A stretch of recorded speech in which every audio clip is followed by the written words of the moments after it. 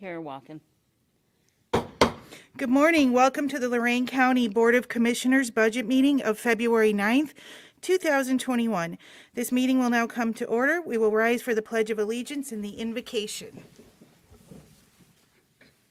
I pledge allegiance to the flag of the United States of America and to the republic for which it stands, one nation, under God, indivisible, with liberty and justice for all.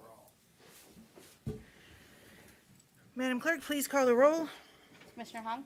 Here. Commissioner Moore? Here. Commissioner Lundy? Here with the inspirational word. Oh, I'm so sorry, Commissioner Lundy. Our inspirational word for the day comes from Matthew. A man's heart determines his speech. Very nice, thank you. And let the record show we have joining us today at the end of the table here is our Budget Director, Casey Saunders. Should anybody have any questions, he's up here with us to address them. Okay, and we will start the morning with our Clerk of Court, Tom Orlando. Thank you, Mr. Orlando. Good morning. Good morning. How's everyone doing today? Fantastic. Great. So we're here to present our 2021 budget. Is that microphone working? I can't really hear It him. doesn't sound like you're on unless you get a... Is that better? Can you Testing. Can you do? I can hear him, but, Okay, that's Testing. yep. it's better. All right, we're here to present our 2021 budget. This is not, as you know, with the new board coming in, the timing is a little different than in the past, but we're going to go over our explanation for both our legal division and certificate of title division budgets today, and appreciate the opportunity to come here and present. I also have my Director of Operations, Kate Lenz, with me here as well. Ma'am, can you just, for the record in the microphone, state your name? Kate Lenz. Thank you.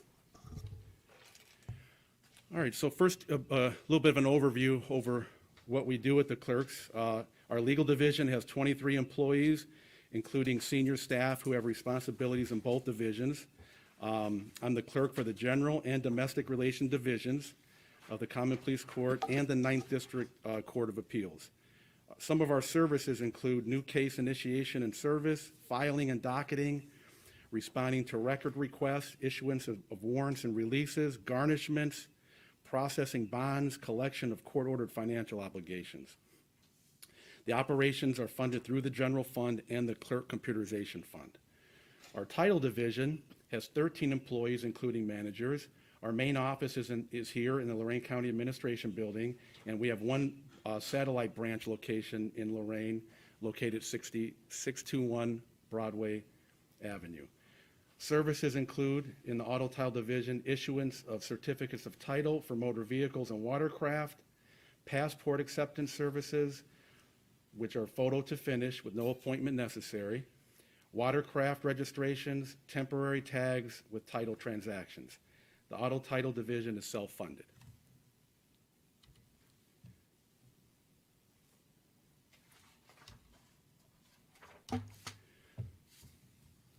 So our legal division, you can see here, we gave you some numbers as far as some of our filings. With the pandemic, some of those filings were affected. Our criminal cases pretty much held steady. Our CJs, which are certificate of judgments, really shot up, excluding our civil CJs. The civil department probably saw the biggest decline through 2020, and then our domestic relations division remained steady all the way through. And when you look at these filings, I also want to remind the board that we remained open all through the pandemic. Our doors were never closed. Our employees were at work every day. They did not work remote. They were actually in the office. So we were available for any filings, any type of payments, any questions that the public may have had, both in person and on the phone.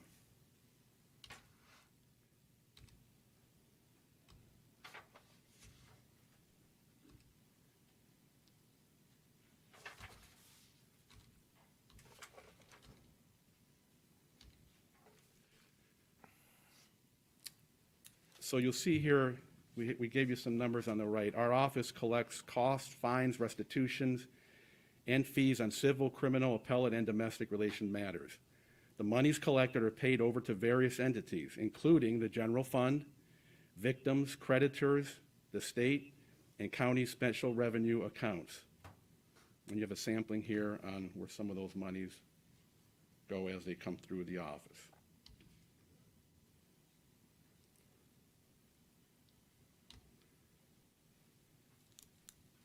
So as far as the revenue that comes in, we have security deposits, billing, which includes itemized and monthly bills that are issued to parties ordered to pay costs. And we have what's called the inmate collection program.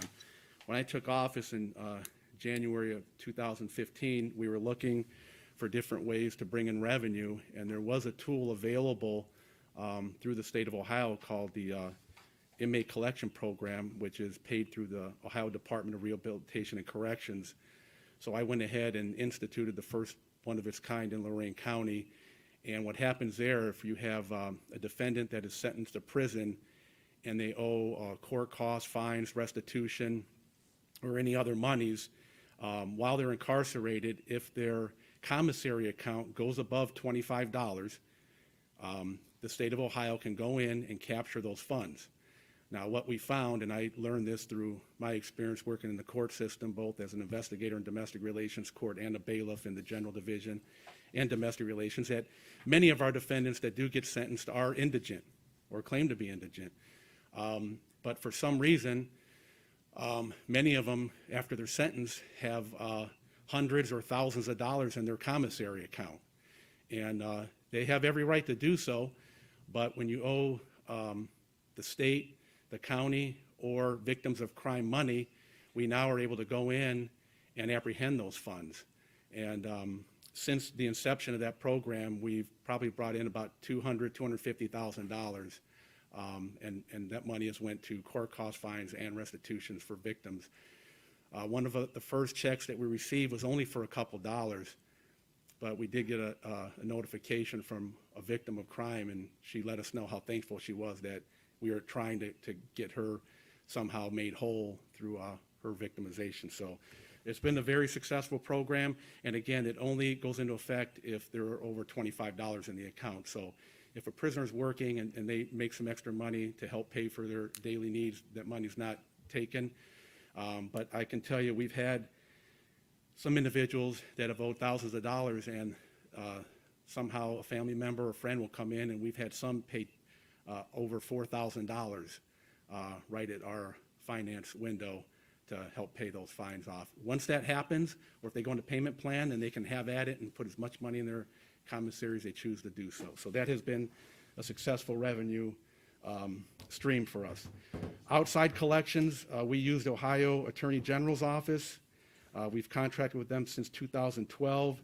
Any delinquent accounts over $100 are referred after a 90-day process. So we do a 30, 60, 90-day notification. If those who owe the monies do not make any attempt to work with us or pay anything, then we send it down to the Ohio Attorney General's office. They have tools available that we don't, and it's been a very successful collaboration with the state's office. And then judgment liens as well, to preserve criminal costs, fines, and fees from dormancy. Our office issues certificates of judgment against defendants for delinquent balances. So we look, I saw when I took office, a lot of these cases after 10 years basically are going dormant. So I said, let's start attacking those cases and let's put on these certificates of judgment to keep those cases active. And we've found that individuals, when they would get a tax return, we've had some people win the lottery. Even if it's not a lot of money, we can go in and capture some of that money. So that has been successful, and I'm very appreciative of my staff because that is can be time consuming as well.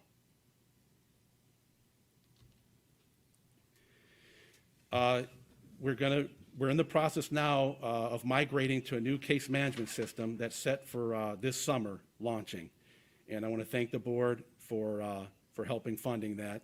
It's going to bring us into the 21st century. We're going to have the capabilities. We're going to electronic filing.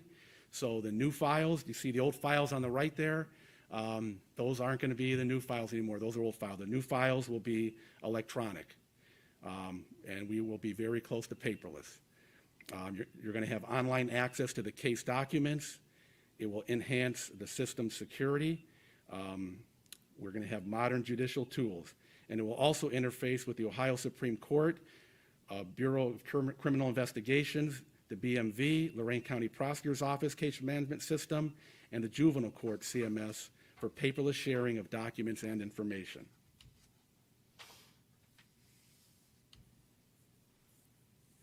Some of the highlights of the new system will be data conversion that we're in the process of doing now from our legacy system into Benchmark.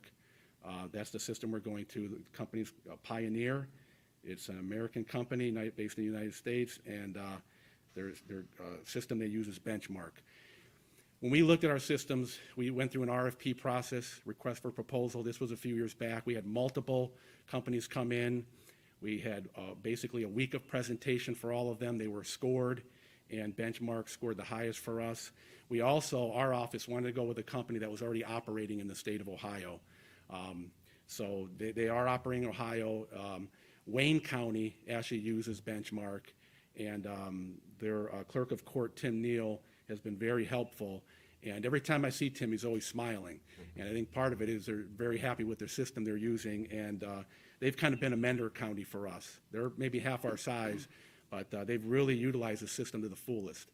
Having the system is one thing, being able to utilize all the tools is another. So we've really learned a lot from Wayne, and we're working close with them. The forms and reporting conversion is going to be much easier. And again, I mentioned the interfaces and integration, and the user training is in process now, and currently our go-live date is July 26th of this year.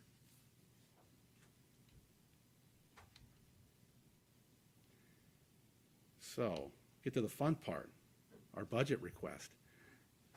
So you have a line item there of what we need. This year, our budget request from the general fund is $1,169,940. And I've been trying to catch as much of the commissioners' meetings as I can. And I've heard a few times that you would like to see us somewhere around 2018 numbers for our budget. And I would just like to bring the attention to the board that in 2018, our general fund request was $1,232,273. And this year, it is 1.169. So we've actually reduced our request from our 2018 ask. And I can tell you that couldn't have been done without the hardworking people in the office. We've streamlined, and we're doing a lot more with less. And I think that I can safely predict that in the future, I believe we'll be even more efficient once we have this new case management system.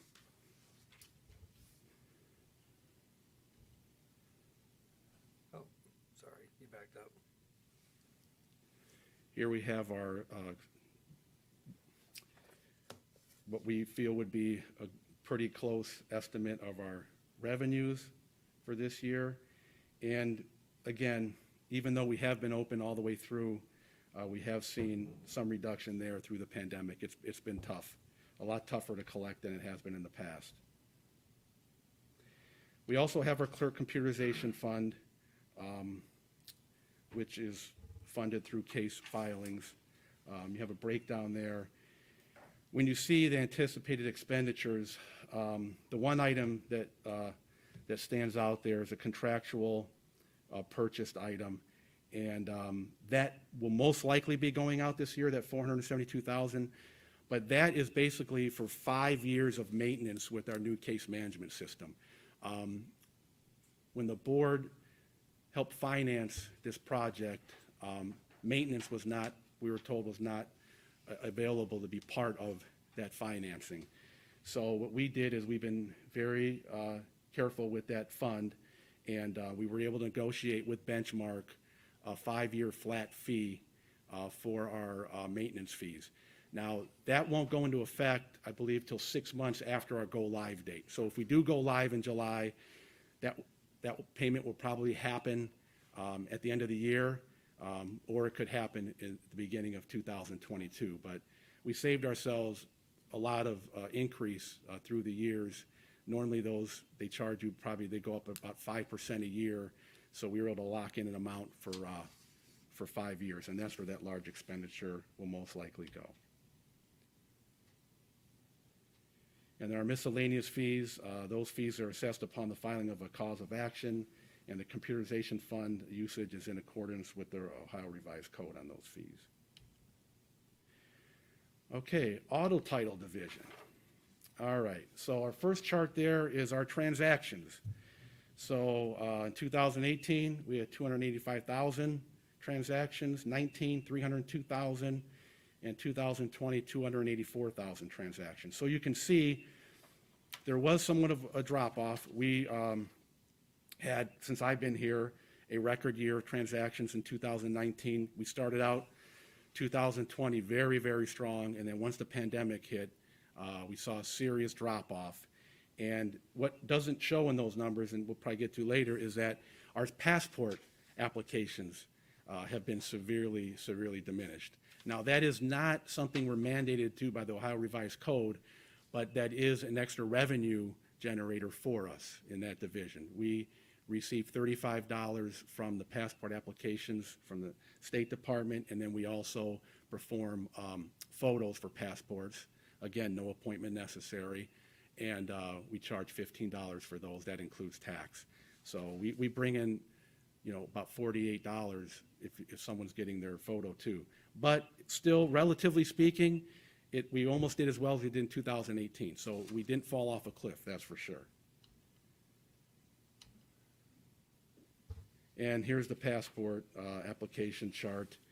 You can see from 2018, 19, and then serious drop-off in revenues from passports. And we're seeing a little bit of an increase from those now, but I don't expect that to come back for a while.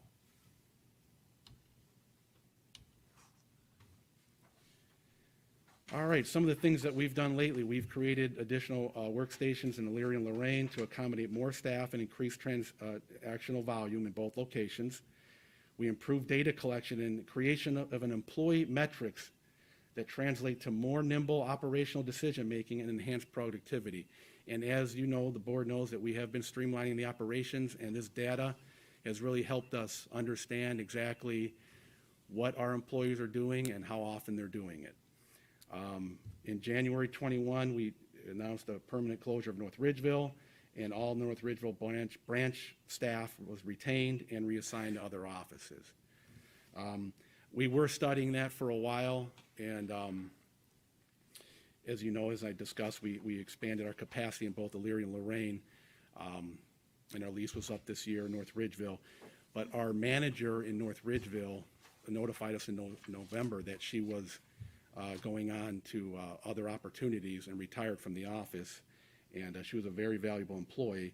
So I felt that rather than promote someone or hire someone for that position, we were already studying the consolidation, so that was a good time for us to go ahead, and we shut the office for a month, did a test run, and it went extremely well. Then we went ahead with the permanent closure, and things are going extremely well, but that's another cost saving for that division because now we have one less manager, and those numbers were baked into the overall cost savings for that office.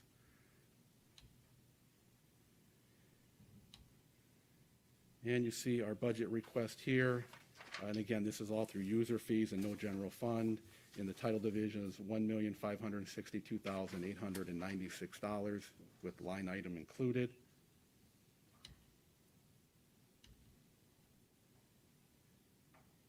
And this is our projection for revenues as well, $1.75 million this year.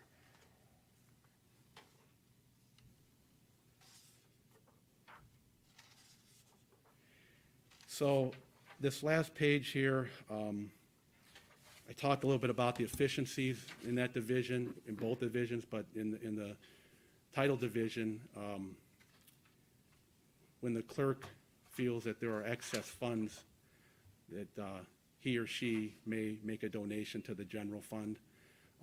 We were planning on making a $500,000 donation from that fund last year in 2020. That did not materialize. So at this point, We are pleased to donate that $500,000 to the general fund at this time.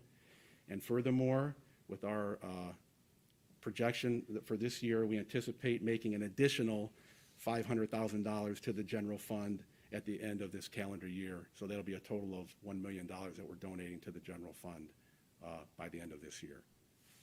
Wow, thank you very much, Mr. Orlando. We certainly appreciate that. And you've done an excellent job on you very keeping much, Commissioner. keeping to your budget and keeping your costs down. Can you, I'm going to stop. Are we done? Are you finished, or did I interrupt you at the end there? We are done. Okay. Can you go over, again, just for everybody, the 18 numbers versus the 2021 numbers? Sure. So in 2018, for the general fund, our request was $1,232,273. And this year, our budget request is $1,169,000. Okay, thank you. So you've really done a good job, really done a good job on this budget. I'm very impressed. Thank you. Well, I appreciate that. And what we tried to do, and it's kind of just building a culture, is being very careful with the taxpayer dollars, not just in bad times, but these were relatively good times as well. And I just feel as we're all stewards of taxpayer dollars, we should do the best we can to spend those dollars wisely. My staff has also joined me in that effort, and I'm proud to say we did that without any real technology advances either. No technological advances. We have those coming, and so it was definitely a team effort, and I appreciate the recognition for that, Commissioner. Thank you. And one other thing, when I was over there, which you were very kind to give me a tour of your offices over there, I see you don't have anything on capital improvements, and I know we talked about this, so my colleagues on the board know we are going to need to think about replacing that carpeting over there at some point, either this year or next year. It does need to be done. So we're going to keep that on our radar as well. Well, I can tell you, my staff would really appreciate that. Our staff are on their feet a lot. That carpet is worn down to where there's really not a whole lot left, and it's about 18, 19 years old now. So that would be very, very much appreciated if the board would do that for us. Thank you. Okay. Commissioners? I was just going to say, I know, Tom, you've always run a very tight budget. We certainly appreciate that. I saw your actual spend in 2018. I think it was $1,147,000 actually by the end of the year. I did want to ask you about witness fees. Are you projecting the witness fees are going to be up because of the court getting more active again? Yeah, that's a real tough one. In a normal year, that's really hard to predict. But with the pandemic and the suspension of trials right now, I would hope that things start clearing up and trials reconvene, and those witness fees would start going up. And we're hopeful that that's probably going to happen at some point this year. But that's one of those things where it's even tougher to predict this year, but we have to have the monies there. Otherwise, if we would strip that ask down, we would be coming back to the board constantly for appropriation. So we are hopeful that those will start up again, the trials, and then those witness fees will start being spent. Just to educate the public on witness fees, how that works. Sure.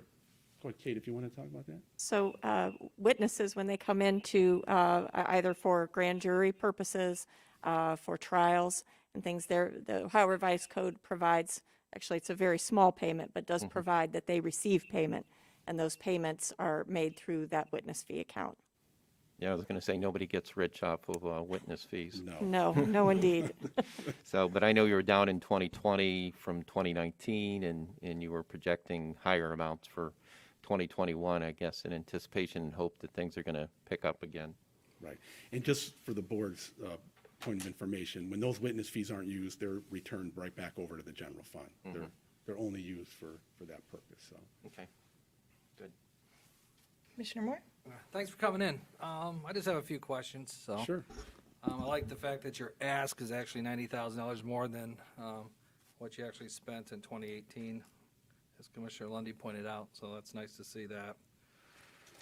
Did you guys lay anybody off last year? Did you have to lay off anybody in March or April? Sure, when, How many people would that be that you Yeah, guys laid off? absolutely. So in the legal division, we did not. In the title, auto title division, which is not general fund, but auto title division, when the stay-at-home order was announced, Yeah, we went down to one office, our Elyria office, and we laid off actually, we laid off, I think, yeah, 4 employees, 13 total.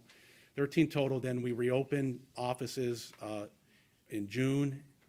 In May and June, we started reopening those offices, and then we ended up with 4 individuals laid off, and we actually absorbed a few of them into our legal division as we had openings, and so everyone that was laid off was offered the opportunity to come back. So no current employees laid off. In the legal division, we did not lay anybody off. okay. Were they allowed to work out of their home, or did you have them come in every day? We had every employee that was paid that came in every day. Did None they? of- None of Okay. our employees worked remote. Okay.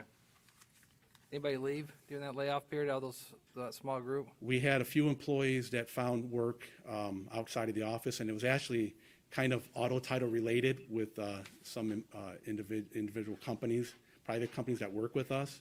They were hired by, but they were all offered the opportunity to come back. Okay. So was there any attrition going on with, like you said, at North Ridgeville? Well, the North Ridgeville office, we had the manager in North Ridgeville ended up resigning, and the other employees were all retained. They were brought to the Elyria or Lorraine office. Okay, So you're we fully- currently have no Manager was employees not on layoff. replaced. Right, so you guys are fully staffed then, as of now? Yes. Okay. And, so how many people do you have employed there? So I'm looking at 36, or is there more than that?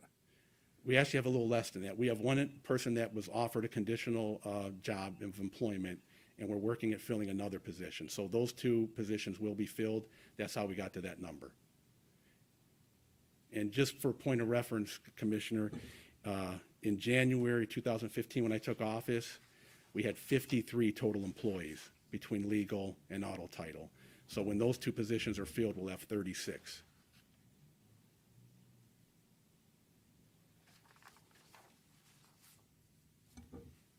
Thanks, I appreciate you guys coming in. Thanks for having us. Okay, thank you very much. Thank you.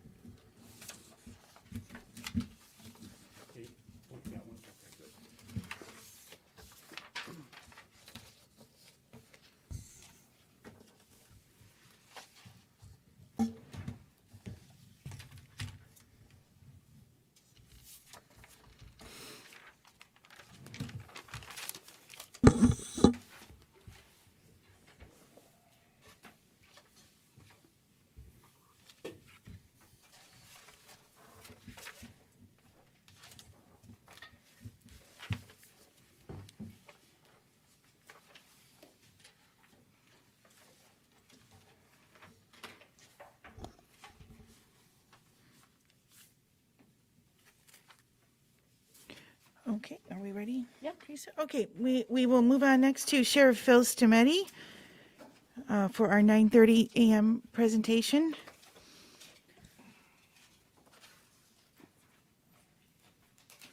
Morning, Commissioners. Good morning. I just want to tell you who I brought with me. My secretary had to step out a minute. I didn't know we were comparing 2018 budget. Nobody ever told me that. But anyways, I can tell you what 19 is. I brought with me Director of Corrections, Captain Hammond, Director of Law Enforcement, Captain Dan Ashdown. Morning. Vehicle Maintenance, working back there, Grant Coben Nelson. And Good morning. this is my Administrative Secretary, Kelly Thompson. Okay. She just got the figures for me. First of all, I want to just start out telling you, I think, I sent a lot of information over to you. I don't have a fancy PowerPoint demonstration like that clerk does. That's all right. You Hey, get- we've got a I had one binder. for the I'm very card. happy. Yeah, You've got a That's binder. right. 8x10 color glossy photos, you got it all. That's right. So anyways, I know I sent you a lot of information to dissect and everything, and I know Commissioner Moore, you've been here before, so you know a little bit about the sheriff's office, and Commissioner Lundy and Commissioner Hung, I know you came from North Ridgeville, so you know about police work and things of that order. One thing about us, and I know I have the biggest budget in the county, But, I always like to say that, we never close. That's the thing about us. We're there 24 hours a day, 7 days a week, 365 days. That's why I always say our buildings age 3 to 1 compared to most offices that close at 4:30 or 5. Because, we got to keep things running out there with the jail. You always got to have heat, and summer you got to have air conditioning and things, toilets are flushing, things are going on. And with the deputies, they're running cars, and, we've had a real issue this year with hitting deer. I can tell you, my maintenance guy could tell you that. We probably had about 4 vehicles get crashed with running into deers this year. And he's been able to fix a lot of them himself. He does a lot of stuff in-house, I can tell you. But total employees right now, and I haven't added any new employees. Last year, I asked for, in 2000, for the budget for this year, I asked for 6.4 million in my general fund. I got a little over 6. I think I got 6,022,000. And the commissioners told me back then, if you really run short, you can come back. Well, I never came back. Actually, I ended up turning in a little bit of money, and I think close to $27,000 we turned back in the general fund. But I have a total right now of 230 employees, and 219 of them are full-time. And then I have what you call intermittent employees, where they just get a base salary, no benefits, and they only work so many hours a week. And sometimes they don't work any in a week. But I also have 4 unions there, I think, which you're aware of. I have, the promoted corrections, and then the OPBA as the corrections, and then with law enforcement, I have the promoted law enforcement, which is the FOP, OLC, and then the deputies have the Lorraine County Deputies Association, and they're represented by the FOP, OLC also. So this year, I'm actually down, I won't get into the drug task force right now unless you have other questions, but I'm down 2 deputies right now. I had a detective leave last year and another guy retired in court that I never replaced. I also have an opening in the Detective Bureau. And then we're down, we used to have 113 corrections officers at one time. We went down to 99. And the reason for that is we started a 24-hour-a-day record room, but even that's been lowered down now. We're only running 16 hours out there. We run day shift, afternoons, night shift. It closes, but if somebody comes in, they can still call us from the lobby to get a hold of the corrections officer to find out what kind of complaint they may have. But we tried to save a little bit that way too. And it's been running pretty good. And obviously, they do all the CCWs and they track all the sexual offenders, which is a job in itself. They register them as they come in, because, the worst ones got to register every 90 days. And then you got some that register 6 months, and then some register annually, yearly. But, and I know I have a PowerPoint on the vehicles. Now, I never put that in my budget because I've always been told not to put it in my budget. So we always got to come over and ask for money for vehicles each year. And so I'm going to be doing that also. And I think that PowerPoint explained everything that I sent over to you. I'm asking for this year, obviously, is, let me dig that out. And as you probably are aware, everybody got a 3% raise last year. They get a 3% raise this year, and they get 3% raises next year. And that was built into the contracts. And so I know that's all okay by the commissioners at the time, and I think that was pretty much what everybody got throughout the county. Now, my jail budget, I'm asking for 16.5 million, a little over that. And last year, we returned 2.6 million. I mean, there was a lot of reasons for that, but, and with the jail, I think you understand that we, we're down inmates right now. We probably got about 225 today. We can hold 422. We've been as high as 554. With this COVID, we've been very careful. We've managed to keep it out of our jail pretty good. Actually, from March until beginning of November, we had our first case of an inmate. Now, we had employees, and I suspect employees might have brought it into the jail myself, but because we had actually had quite a few of them out. And we've had some deputies out, I've had some nurses out, and obviously they're dealing with these guys all the time that are putting in quarantine. Because as they come into the Sallyport area, our nurses meet them out there. They take their temperatures, they ask them a few questions.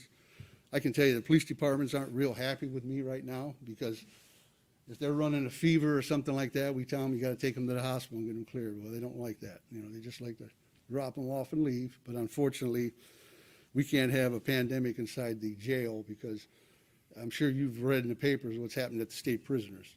You know, they've had a really epidemic of inmates inside there, and employees. They've had some employees pass away. We have a couple of them that are actually pretty seriously ill. Some of them are younger guys. They've been off for a couple months, and they're still having tests run on them. And that's the problem with this COVID. Nobody really knows what the long-term effects of it is. And some people, it doesn't affect real bad, and then other ones it affects real bad. But then, once again, the long-term effects you don't know about. But I'll get to my general fund budget. Yeah, it was $7,022,901 is what I'm asking for. And I know I've thrown a lot of stuff at you, and I give you the information. I guess I'm looking for questions maybe from you guys. Back, was it 94 they passed the sales tax for the jail fund? Was that 94? Yes, well, 95 I think it passed. 95? Yeah. Yeah. You and I have had discussions 20 years ago about this. Back then, you felt that there was like $8 million that technically was owed, but like what you just said, you gave $2.6 million back from the jail, for the jail fund. Which takes us to about, 14 million to actually run it? Yeah, it was this year, yeah. Mm-hmm. But I think That- what, Does that include payroll? That includes payroll Phil, or you just wanna the come? actual? Can you come to the podium, yeah, please? Thank you. And then state your name for the record for the clerk. Kelly, little louder. Teresa knows me. I know, but That's all Teresa Sorry. does, right? we want to make sure that the minutes get done I was correctly. gonna say, maybe we Thank you. should turn these over so the public can see if Jessica could turn, which are. Anyway, Yeah, I Go ahead, sorry. I can't, yeah. More worried I about was the wondering numbers, about that. so. So most of that was because they gave us back hazardous pay, like it was like 723,000, I think, or something like that. They reimbursed us back for that. Right. And then there was like 300 and some thousand that they gave us back in to our capital improvements. So a lot of that money came back. That's why we had to return, because we didn't end up using it to purchase or to pay for that type of stuff out of the jail fund.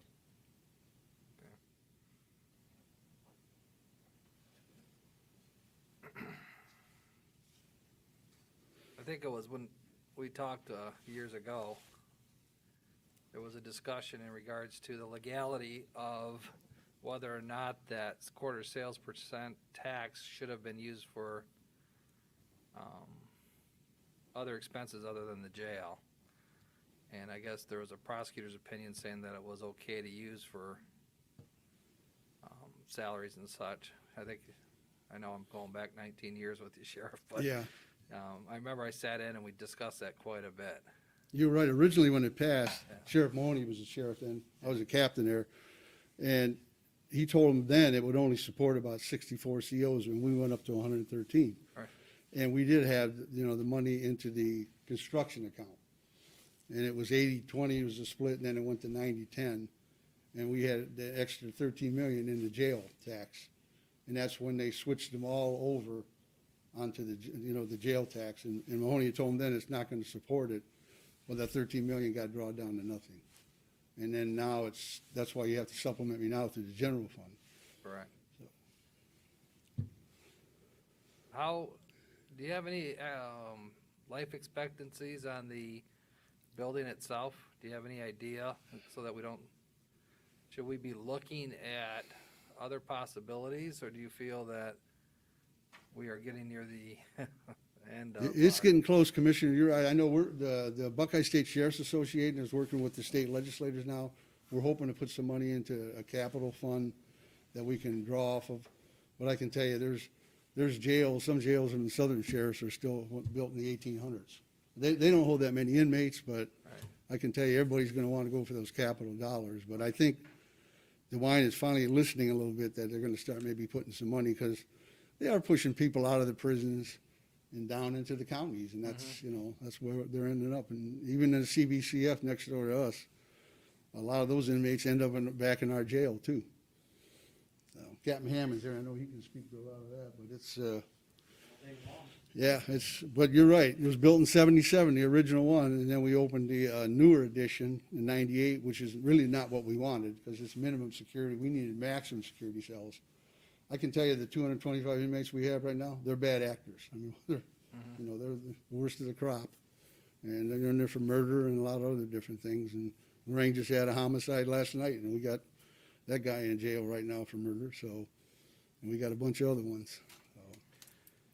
Okay, well, I would like to have more discussions in regards to what your thoughts, because it sounds like what you and what the deputies know more than what we would know is how to create a more efficient jail.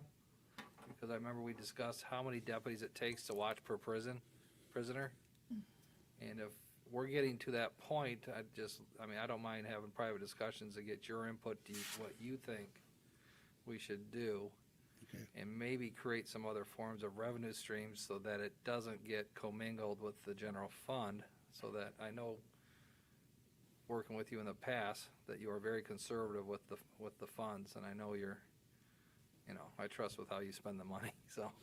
Yeah, and your problem, that with the way that jail's built right now, we're a direct supervision jail, so it's kind of like the new prisons are built where, they go down hallways and things of that order. You don't have to have escorts or any of that kind of stuff. And we've come a long way. Like I say, we're down to 99, and we're originally at 113, but you're right. You have 5 control rooms. You got to have somebody in those. And then you got to have a guy out in the pod areas, which are right out with the inmates.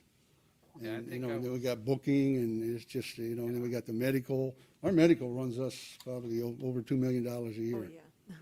No, I know. But the that's- one thing Probably it more does than protect that. us, though, is from a lot of lawsuits. I mean, I can tell you that, we're commissioned by the National Corrections Healthcare, which is a good thing to have, because that's, that releases some of our liability. But our nurses do a fantastic job, too, I can tell you that. Sometimes the captain's got to tell them, we're not a hospital, but I talked to Commissioner Hung before that, we have inmates sometimes that go to Cleveland, and we had a guy in there for murder, and I had to send 2 deputies for a month and a half around the clock to guard this guy back and forth. Then we had to buy him a special bed because he had a stroke. And that's the problem. When they're in our care and custody, we're stuck with it. The county's responsible for them. There's been AG's opinions on that. We've tried to fight that, but Have you had with your staff any discussions on a more efficient jail, or you felt that maybe previously that was not an option? I think with the current setup that we have now, it's not really an option. Cap, you want to come up and talk about that? I mean, if there's gonna be some money coming from the state, then I would like to be first in line to get that money. Yeah, we're going to try for it, I can tell you. Jack Hammond. Thank Welcome you. back, welcome aboard, nice to see you. Thank you, sir. We've had a lot of discussions over the years, but a lot of that's dependent on the economy, I mean, we went to a Longmont for a school to design new jails back in 2007, and the economy just tanked in 2008. So one of the big problems with our jails is that new addition that opened in 98, brand spanking new. We had the construction funding set aside, so we renovated the original part. Now the problem with that, both sides are on the same cycle. So you hit about 20 years, and you're looking at spending some serious dollars. I mean, we're having problems. I had to get hold of Mr. Williams the other day. Sewer laterals outside collapsed. We're having a problem with shower areas in the 1998 facility that we've came up with a way to try to redo them as efficiently as possible, but there's several of them. There's 11 of them. So we've done one. We've got the footprint, and it can be done even cheaper the next time because of the lessons learned. But those are all things that's looming ahead that, certainly the general fund, the yearly budget can't support it at all because it's such an enormous sized building with so many moving parts. But we would love to have a discussion on how to be more efficient. And if you build correctly, you build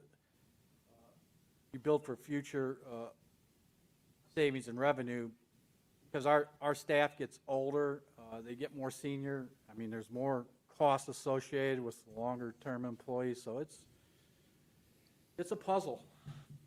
And that jail, like when it was built, it has a flat roof on it, worst design you could ever have. I mean, we got constant leaks that we're always trying to repair. The rooftop units, we've had to replace them.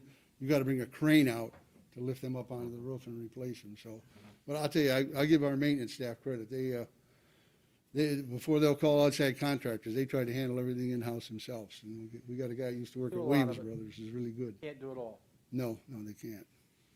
Okay, well, just to let you know, I know before we talked about it, I don't know if it was Draws or Ham, I don't know who. I was involved in Was some you involved? discussion. Okay.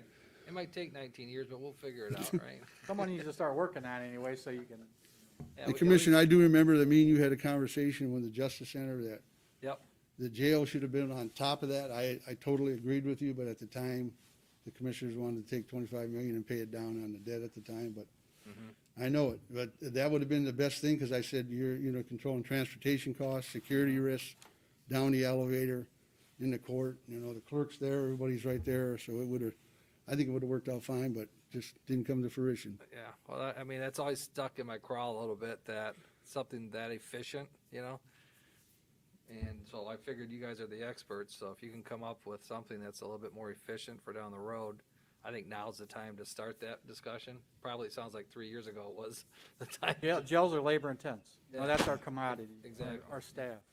But the building cannot be taken away from, the labor. Building can play a big part in the equation when you're looking 20 years down the road. Okay, well, I'm willing to have, those discussions if you guys are willing to put something together. Sure. You guys are the experts. Some days. Yeah. Thank you.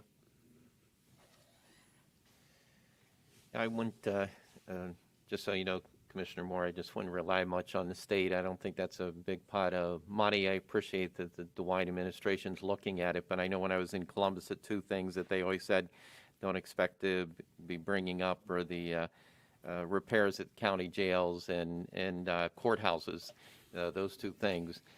So there's not a big pot of money there. Might be able to help out with some, I guess you could say, Band-Aid approaches along the way, but it's not something that's going to help to truly update. And I know we've had discussions over the years, new security system, locks, we've had all kinds of issues, and there's no question it's getting short in the tooth, I guess, and showing its age. And we certainly need to look at how to make things work. Obviously, the state's been moving in the direction of more community-based corrections, but as you said, the folks that you have in there are certainly probably the worst of the worst right now. And, also we had very busy activity, during the epidemic prior to the pandemic, and I wouldn't be surprised if probably we would be close to where we were prior to the pandemic if we did not have it. But I know the thing that always made me nervous was the way that they did staffing, in our state correctional facilities. And so I'm a big believer to maintain control. You have to have that strong physical presence, and you have to have that manpower, that capital power there to be able to send a strong message that you're going to, control the facility and keep things under control. So, but we've always had to, supplement it. And I'm sure back in the 90s, everybody thought this is going to be great. We'll be able to pay for the jail, and I think we're still supplementing it about $4 million, $5 million a year to make things work. And running a jail is a very expensive venture. I mean, it's a no-win situation, and the medical care alone, I think sometimes people get arrested because they want to get inside the jail and get their medical care. It's a sad situation, but it happens. It's the reality of it. But nothing's more important than the safety of the corrections officers. And, I just want you to know I feel strongly about making sure we got strong, adequate staffing, so we have a strong presence there for the safety of our corrections officers as well. Yeah, Commissioner, and like you say, I know that the money that they're going to maybe put in capital funds, there's going to be 88 sheriffs with their hand out where they're trying to get some of it. And I understand that, but they're, with the 4th and 5th degree felons, the state prisons are trying to, with the mood of the whole country, they don't think those people belong in jail. Right. But unfortunately, they end up out, and if they violate, they end up in our jails. And, and if they don't get sentenced back to prison, then we're stuck with them. And that's, I understand the state pushing them out, but they're going to go somewhere, and they usually end up with us. And you're right. Nobody wants to run a jail because they are expensive. That's why no cities are in them now. You notice that Lorraine closed their jail because, somebody told me once, oh, I'm going to have federal prisoners, I'm going to have this, I'm going to make money. Elyria tried that. They found out real quick, they're not making any money. Still sitting there. Yes, I was hoping that our budget director, Mr. Saunders, could speak to the statement that Commissioner Lundy just made about supplementing the jail $4 to $5 million a year. That is in the ballpark. If you give me a second, I can tell you exactly what Sure. those figures were the last few years. And speaking of Commissioner Lundy's comments about strong, adequate staffing, there's no doubt that we need deputies on the road, Sheriff. How many do we have? How many do you feel we are currently down? Where would you like it to be? I would like to see at least never go below 24 road deputies. I mean, I know when you look at the supplemental people that we have, and I'm sure you saw it, the engineer hires a guy and we pay him, but he weighs trucks. They pay for his whole salary. You guys supplement 2 environmental guys. I mean, we have New Russia Township, which obviously gets the tipping fees. Dave actually hired a full-time deputy over there, bought us a cruiser for him and everything. But he stays in New Russia Township unless there's an emergency.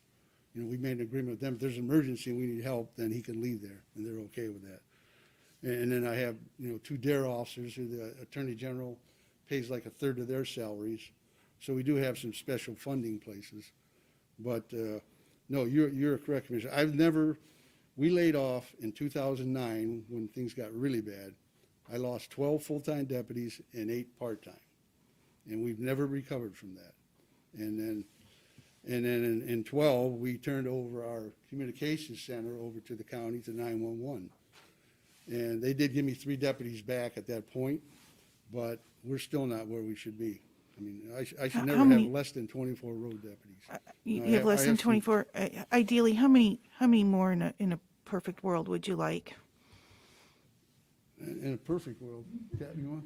That's about 10, but I know that's not going Okay, to be realistic. 10, so we've got but a nice, I would at least nice like to round get to number. 24, that would be 3 more.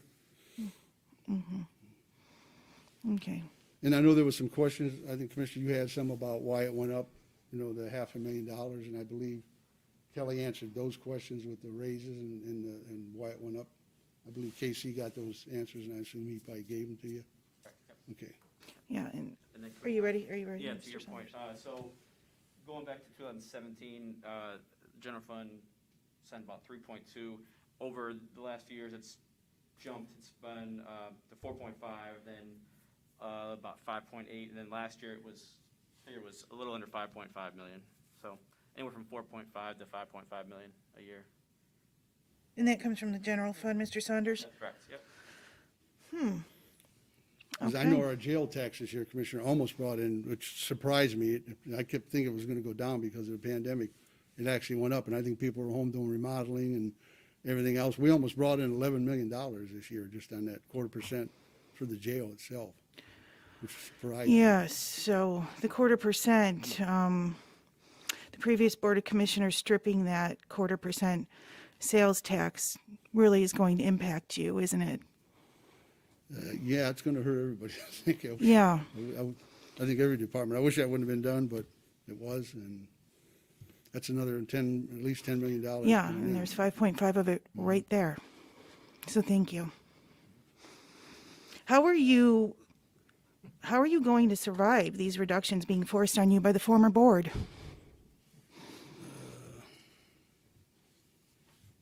It's going to be rough. I mean, because like I say, if I can't replace anybody, then that's going to be, it's going to hurt my road patrol, because sometimes we only have like 3 deputies. Sometimes if somebody goes to the hospital, we have to take one of them off the road, guard them, then we go down to 2. And sometimes we'll have 2 bosses working, a lieutenant and sergeant, and 2 deputies, to cover 350 square miles and all the calls. And it's tough. Captain Ascom's here, he can probably speak to some of that too if you'd like, but he tries to juggle the balls. He actually fills in as the OIC, sometimes the officer in charge as a captain. Captain Ashton, nice to finally meet you. I see your Yeah, Daniel names on Ashton. the emails that I get, so nice to finally meet you. Thank you.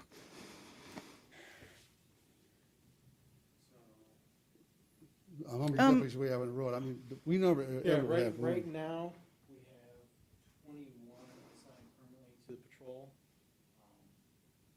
dedicated to patrol units. Like he said, you know, in an ideal world, we'd have 9 guys on each shift versus a 7 or even 10 on each shift. Right now, with the slowdown in the courts, we've been able to fill some of those gaps by transferring guys from the court unit out to assist on the road. However, court's gonna start opening up here again real soon, and we're gonna have to transfer those guys back over into the court unit to run that building, so that's gonna affect our road patrol, seriously. Yeah, I guess if I could, Madam President, if we flip the coin, what would your department have faced without that increase in the sales tax? About a 30% reduction? Without the 1/4% you're talking Without the about? 1/4% that was Oh, imposed? yeah, yeah, we would have been hit hard. Yeah, so let's tell the whole story. Yeah. And with a $25 million carryover, I think we're in a good, financial position, as I've stated before. Well, we are in 2021 budget meetings right now, so we will conclude these meetings and see what we come to, but I do think it's pretty well determined that we are going to be in a deficit situation for 2021 as a result of the previous board's action. And I would disagree with that.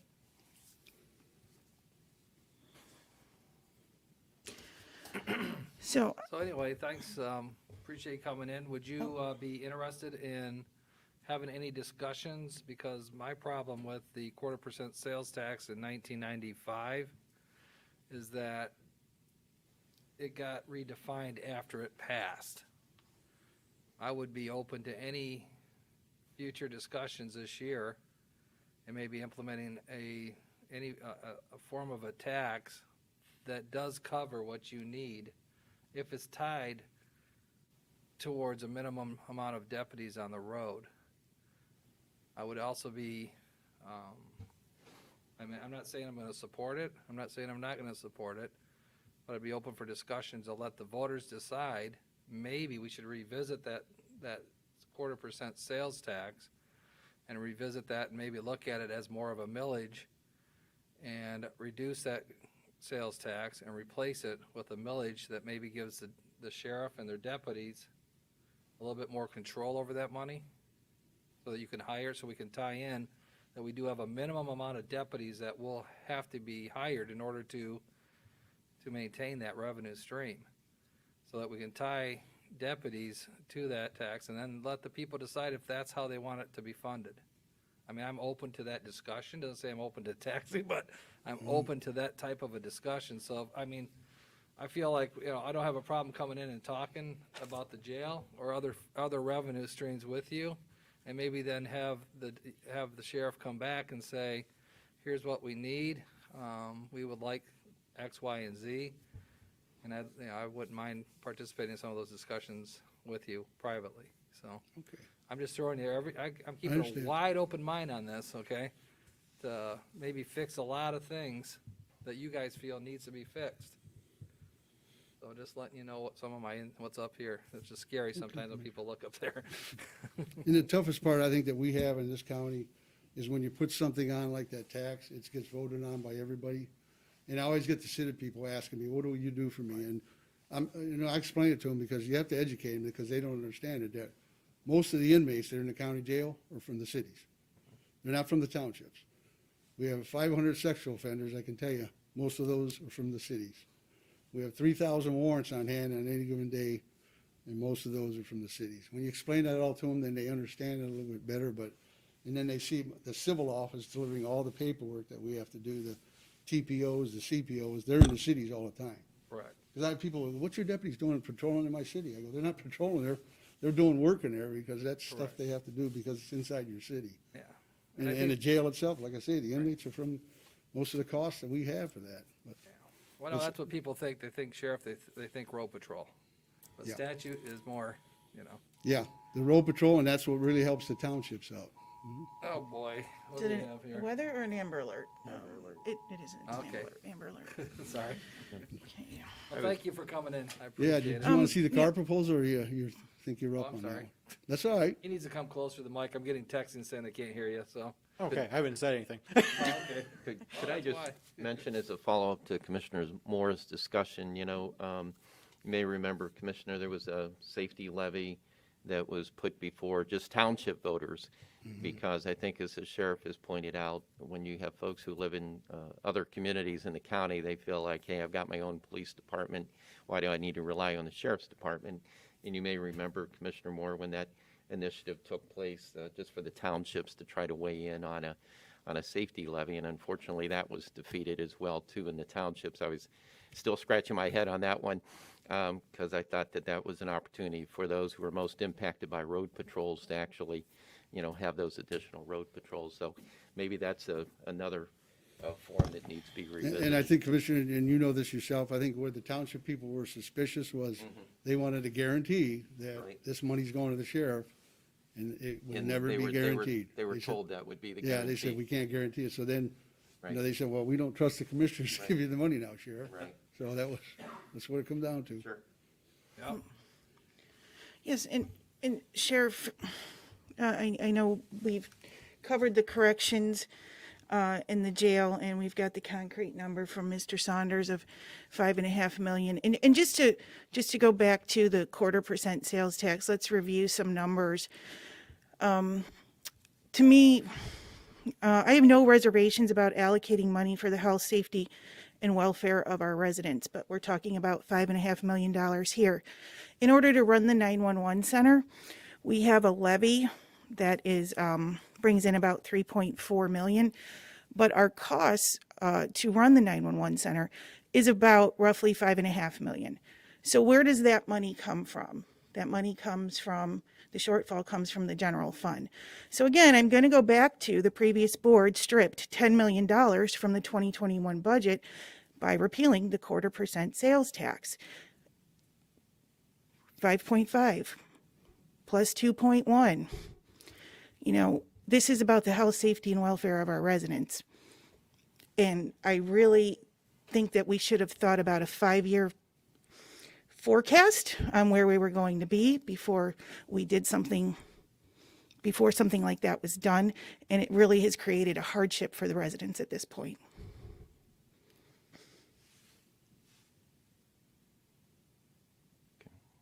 Well, we can debate that all day long, I guess. Like I said, we're starting with a strong carryover. All the talk in 2020 was how bad the sales tax imposed was, and thank goodness the sheriff didn't have to cut his staff by 30%. Starting the year at $25 million carryover, I think we're in a good position, and we've done the previous board did a good job of managing the money, as much as I believe that this board will moving forward. Well, we not only lost $10 million because of the sales tax, we gave out $5.2 million in frontline bonuses. So that's $15 million right out the door for 2021. So to your point on You could rescind the to your hazard pay if you want point- to. to your point, Is that what you're suggesting? to your point on the $21 million carryover, when you have a budget for 2021 and your revenues are less than your expenditures, you will be in a deficit situation, and that's what we have been set up for with this reduction in the sales tax. Thank you, Sheriff. Thank you. Thank you for coming. Did you want to do the car proposal real quick? It's up to you guys.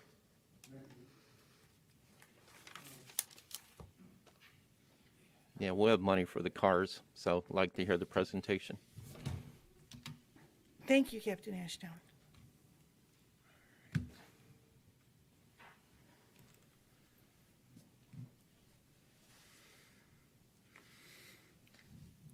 Okay, good, it's up. Station wagons?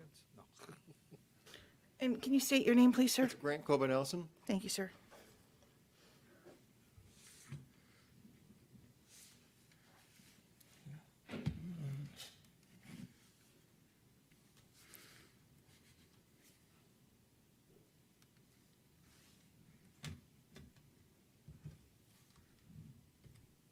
Okay.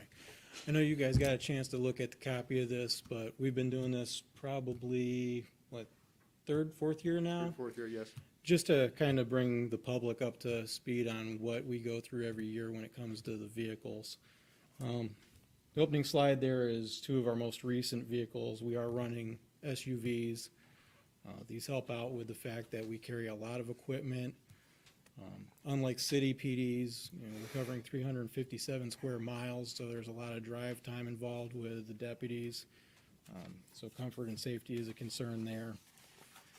And these seem to hold up better than any of the other options we've looked at right now.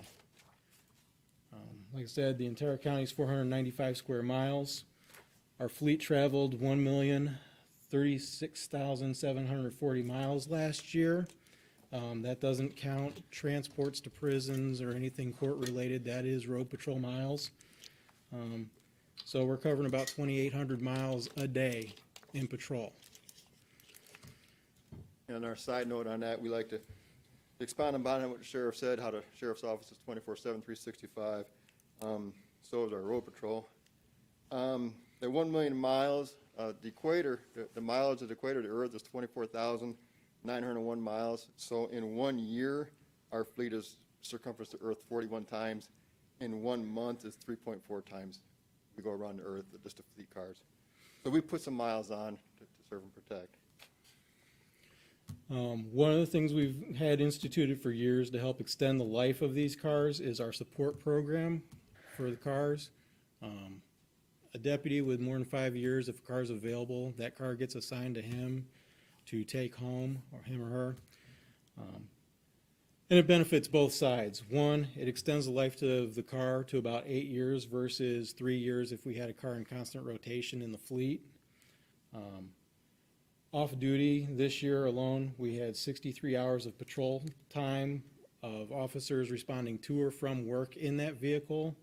And if there was a call for service as they're coming on duty, they jump up and they go to that call versus creating overtime for an off-going shift member.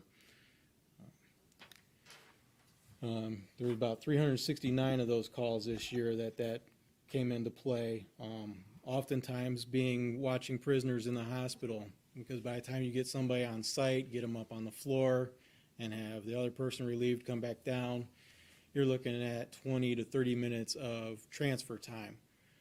With that support program, there's no overtime involved in that. Also, if there was a natural disaster and a tornado hits the jail facility, we don't wipe out our fleet. It's spread out throughout the county. This is one of the guidelines that Grant uses when evaluating the cars to let us know when it's time to replace them. It comes out of a fleet management model. You can see there's a point system assigned to each car. Excellent, good, satisfactory, and poor. And anything satisfactory or poor is either looking to be replaced or in immediate need of replacement. Currently, we have 10 cars that are rated in poor condition for immediate replacement. And you can see as it goes down, and these are just our 17 and older cars that we've evaluated. It drops from 5 to 4 to 3. The national average is 100,000 miles for replacement of a car. Michigan State Police, which does most of the vehicle testing for the nation, starts to rotate out their vehicles at 70,000 miles. Grant does an excellent job keeping these up, running, and in safe condition, that we're actually at about 140,000 miles when we start to replace these vehicles out. Currently, there's 64 law enforcement vehicles in the fleet, and as you can see from the chart here, 4 of those are over 130,000 miles, followed by 8, 9, 18, and 25. Part of that jump you see from 9 to 18 cars was back in 2008 with the layoffs. There were vehicles that were not purchased. So like you say about that 5-year plan, we knew back then that the average was going to be about 8 cars a year in order to maintain a healthy fleet. When we didn't do that 1 year, it hurt things, and you can see there's a jump. So even this year, where we have only 4 cars that are in desperate need, probably 4 of these 8 are coming up on that window of needing replaced, and we're trying to anticipate that jump in numbers in our request. For 2020, we were actually able to replace 9 vehicles. One of those was thanks to New Russia purchasing a new vehicle for their full-time deputy. And that vehicle that he was driving was actually transferred to a court transport car because it's no longer used in a high response, emergency response capacity. It's mainly prisoner transport, medical transports, things like that. We have 10 vehicles that are actually eligible for replacement this year. When we started replacing these vehicles, a lot of times we were recycling equipment. We found out a couple things. One, our cars are outlasting our computers and our cameras. And as you can see from the pictures here, the vehicle on the right-hand side is one of our older vehicles. The dash cam has its own screen. The MDT is a larger model. Creates a huge sight block for the deputy when he's working on reports or has to have the screen up and driving. The one on the left is one of our newest vehicles in the fleet. The camera, you can't hardly see it. You see the wire coming down. The camera is actually fully integrated behind the mirror now. And the screen for it is run through the MDT, which is a slimmer design now, so that you still have full view through the dash.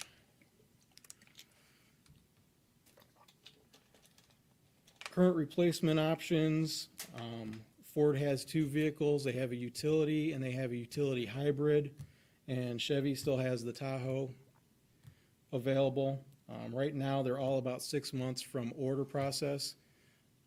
So if we were to order today, we're not going to see them till the end of summer.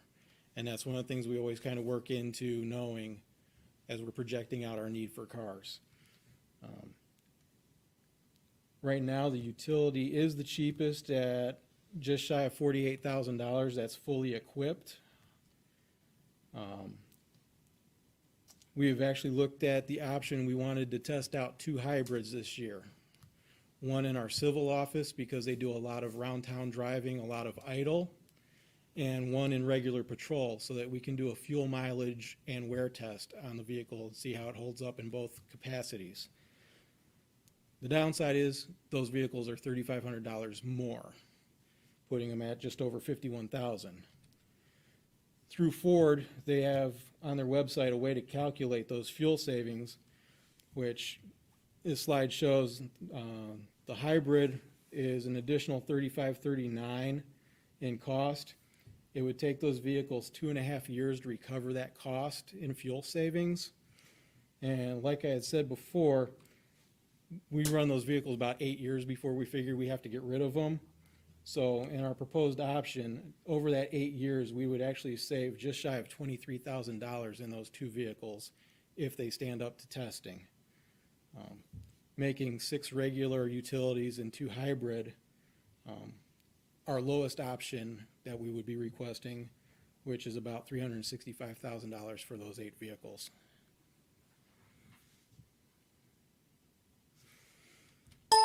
And that's it. I can say that I was very excited when this came through the email. You did an excellent job on this. Like I said, we've had a few years practice, so we get a little better and know a little better what the questions are each year of what we need to talk to. Yes, thank you. Thank you. What else? I know we've been on a regular vehicle replacement program, and it's been somewhere in the neighborhood of 8 to 10 vehicles a year, and I know the cost has always been, substantial, but it's important to keep the fleet updated. Otherwise, you're quickly out of date. Very easily, and he does a great job of keeping the vehicles in tune and saving quite a bit of money on the maintenance and costs. Thank you. Thanks for bringing your team in.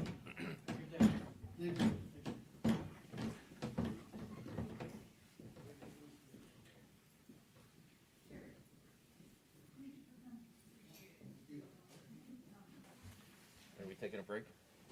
I don't know. I don't know. It's accounting. You know how exciting accounting is? We're going from the sheriff with chases and jail to accounting. Come on. Yeah. I'll try to keep this under 2 hours.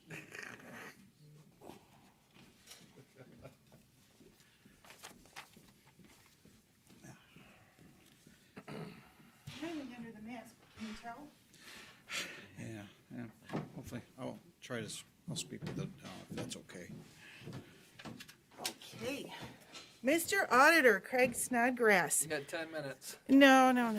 Oh, like I said, I'll try to keep this under 2 hours. I'd really- Wonderful to see you. Thank you for coming and thank you for being so patient. No problem. I do have a PowerPoint, if nothing else. I have hard copies here too, if you'd like it. I have my hard copy.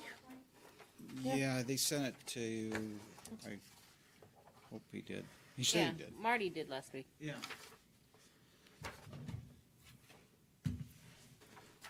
It is, here we go.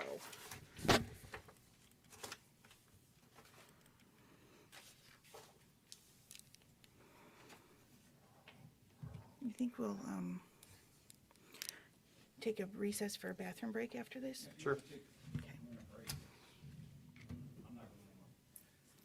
I think we've all decided we can wait until you're done and then we'll take a short recess for a bathroom break after you're done, Just click on the, Mr. Auditor.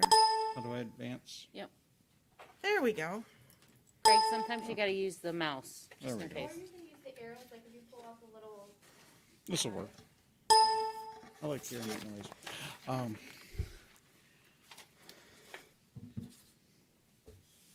All right. Good morning, Commissioners. We're ready to Good, go. good morning. Morning. Like I said, I'll try to keep this under a couple hours. Make sure the microphone is pointed correctly. There we go. There we go. Thank you.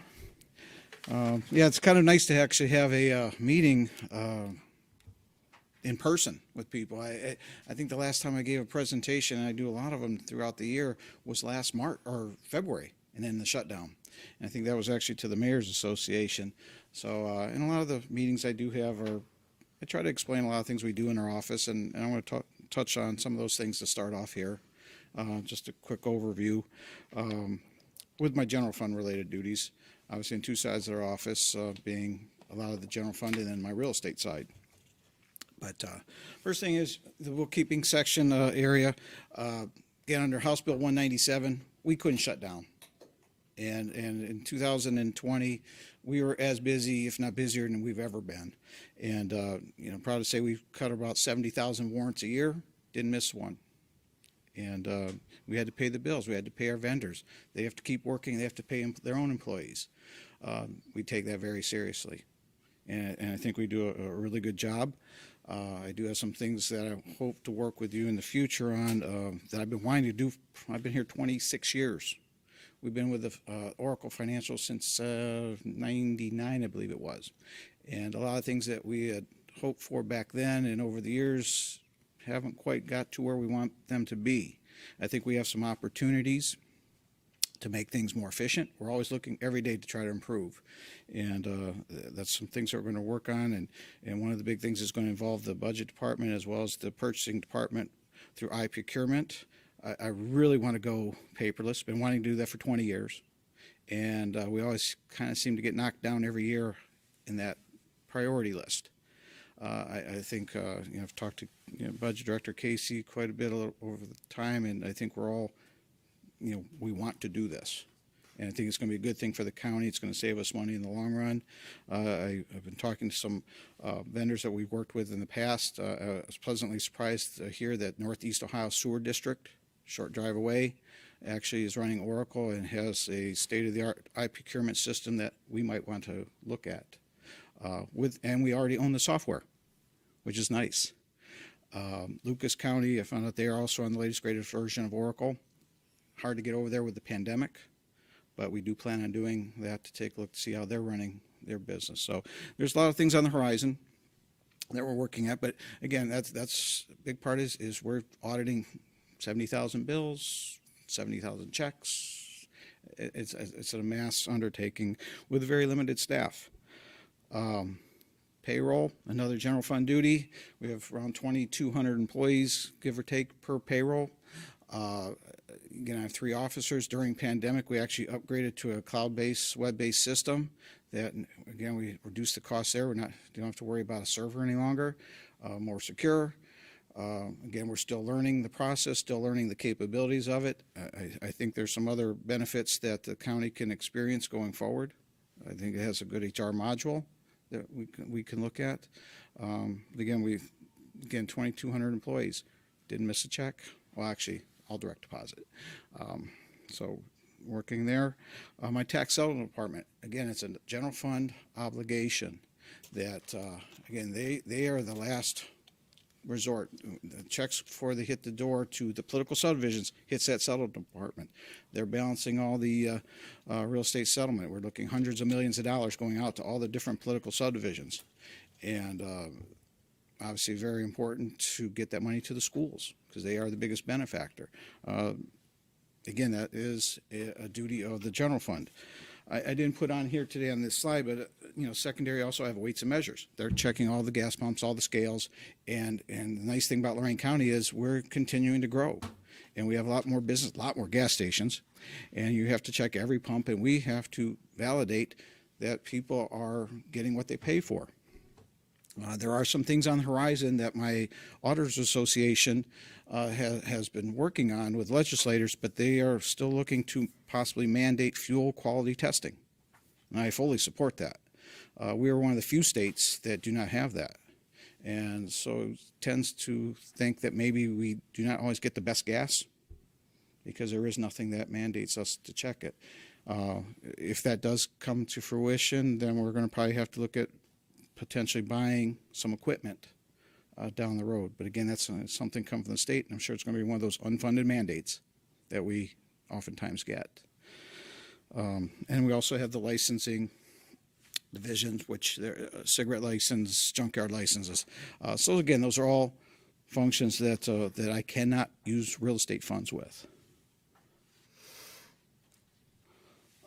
Speaking of some what you would think to be a real estate function are really state mandated programs, such as CAUV programs. So we're checking all the farms where we have to send out mandated by law. I have to notify the farmers about their renewal applications. Again, there is some legislation before the being proposed now to eliminate some of those forms. But again, that costs us money. We have to take that out of our general fund budget to actually, we must notify them that with renewal forms. If not, we have to do it, which also costs in postage and mailers and everything else. The homestead program and the 2.5%. Again, these are state mandated programs that we must comply with. We must publish in the newspaper. We must notify homeowners. The state auditor is especially taken an interest in those programs the last few years because, again, it's not that the homeowner is affected so much, but the state, when they reimburse the counties with those money, they're making sure that you have all those documents on file. We just went through a program. We have almost 80,000 owner occupancy homes, 2.5%. We went through every single one to make sure we had something on file allowing for them to receive that benefit. That was an immense project, but again, we also took advantage of the COVID time that we were able to shift some duties around and working at home, and they were able to actually go online and check all this. So we were able to do some things very effectively outside the office.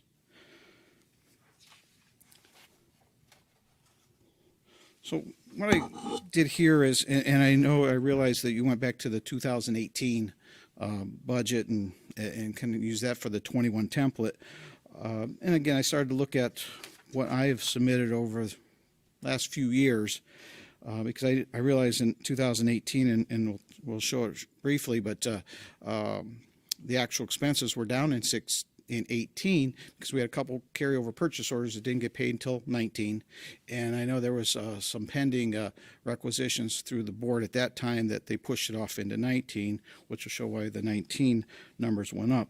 But I wanted you to take a look at this, is that my budget's been, pretty much request's been the same last 6 years. I asked for $224,000 in the other expenses in 16 and 17. My salaries, I really have just complied with what the union contracts had called for. 3% raises, I believe, were in a number of years. Let's see the request, I believe. You'll see 18, 19. Again, I had 224,000 in the one. My salary increases, again, were just based on union contracts. I did actually then decrease my request by about $10,000 from 19 to 20 in my other expenses, and I'd asked for 214,000 last year. I received 205,000, spent 178,000. Again, my requests for this year were basically, again, 214,000. So I've really dropped my requests over the course of time. And again, seeing that the expenses are a timing issue at times, some things get rolled into one year into the next. My 5-year average has been $203,000 for the last 5 years of expenses. I know you allocated $170,000. I did ask for 214. Could I make it on 203? Looks like I probably could. So maybe I don't need the whole 214, but I do think the $170,000, will create some difficulties there. And again, like I said, as far as asking for the salaries, it's really just what we've called for in the contracts. And then this really just kind of summarized, what I'd asked for. You'll see the $224,000 for 3 years in the other expenses. $226,000, I've dropped it down to $214. Asked for again for $214. See what I've actually received, and then what I actually spent for those years. And then really, well, obviously whatever I do not spend just returns back to the general fund. The appropriations die at midnight on the 31st, and the money goes back to the general fund. Well, it never left the general fund. It's just the appropriations die. Mm-hmm. And then again, as you see the salary increases, you see that the change in salary is 2.7%. You'll notice from 16 to 17, it was a 0% request change, because I think at that time we didn't have contracts finalized as to what they were giving, so it was just basically the same one, same request, and then during the year it was supplemented.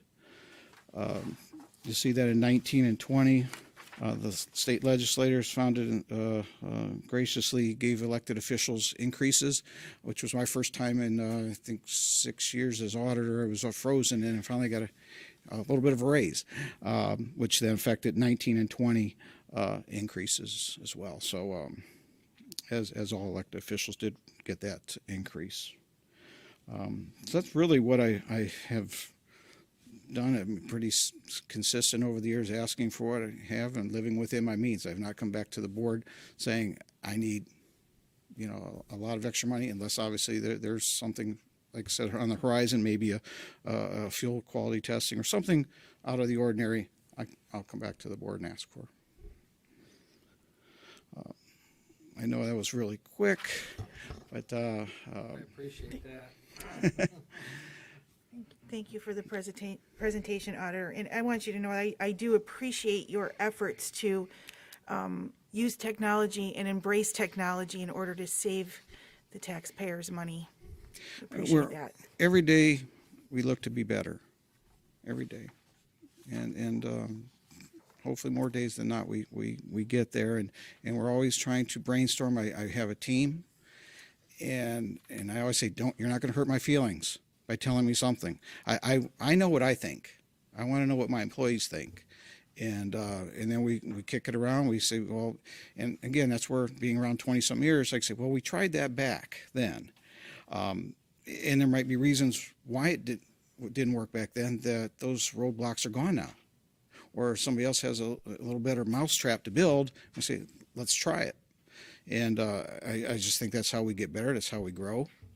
And, that's why I look forward to working with the board and the budget department, Casey. And it's a team effort.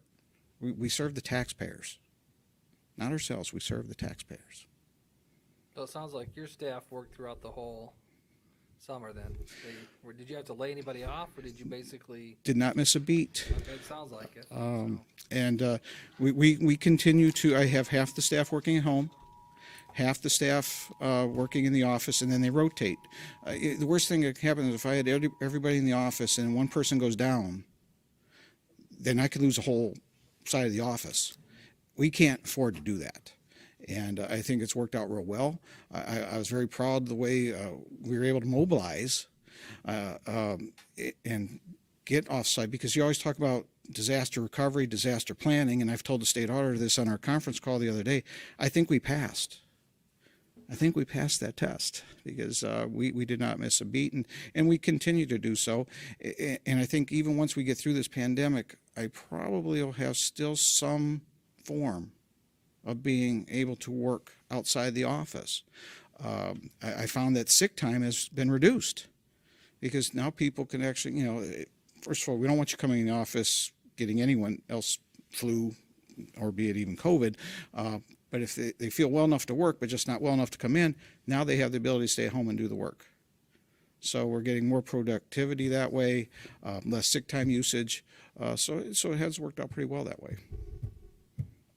I'm sorry, I didn't hear anything. This alarm was going off. Oh. What did you say in the beginning? We had an Amber Alert.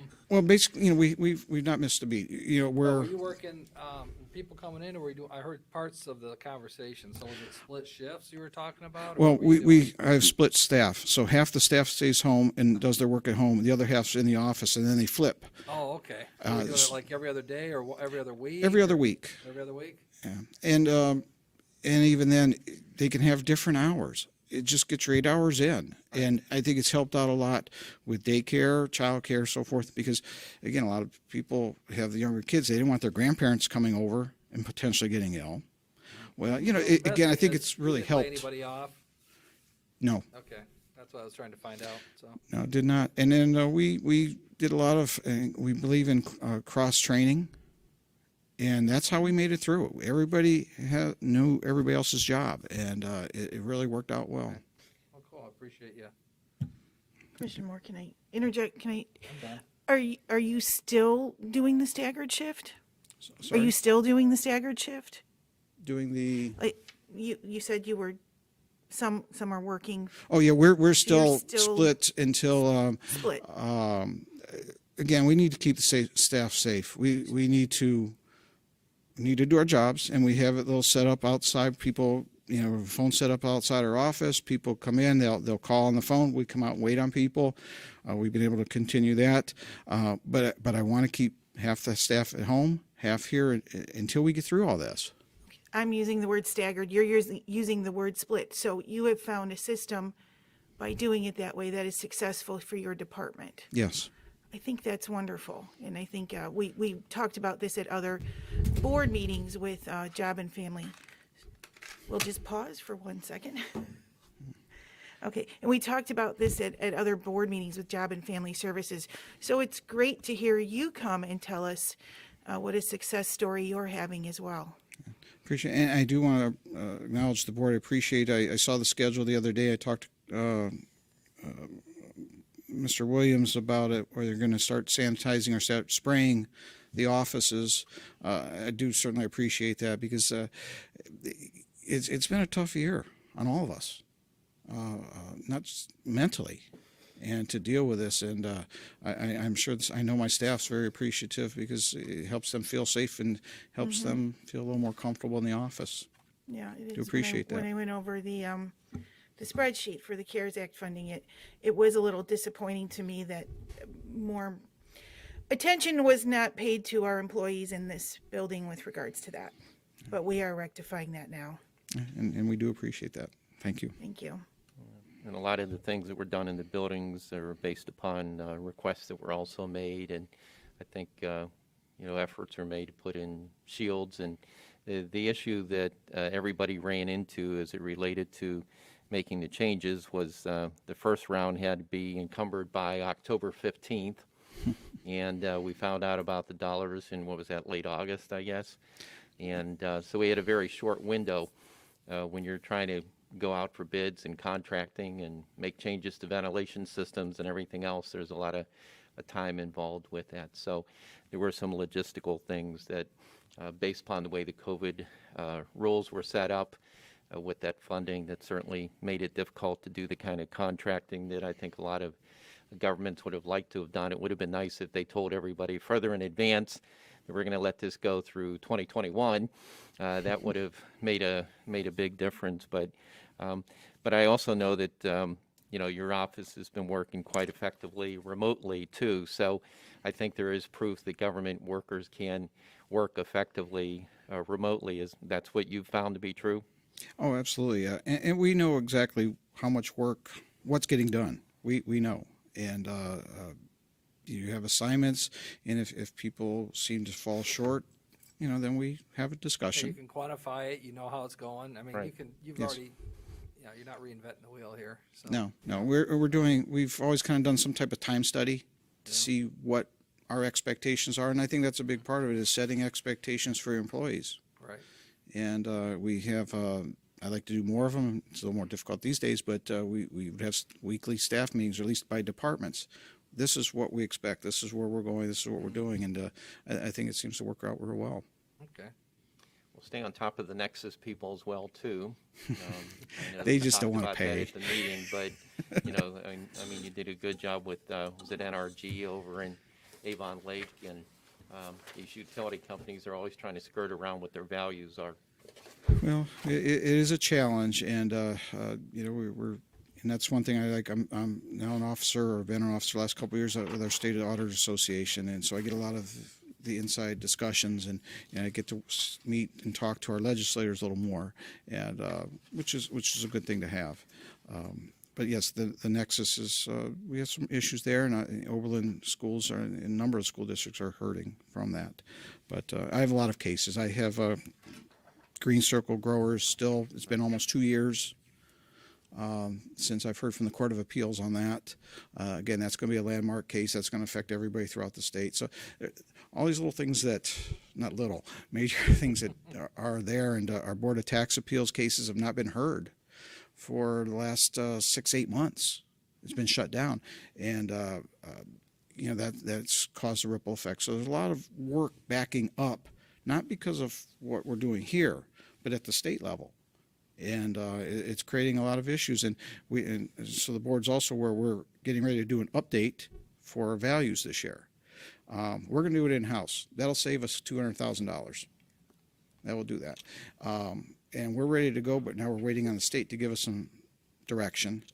I know auditors last year had a lot of problems with Columbus. I hopefully won't have those same issues. But we are looking at, 2020 was just a booming year for real estate transactions.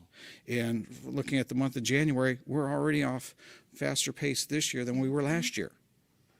It's just unbelievable that things did not slow down during the pandemic, and the numbers are up.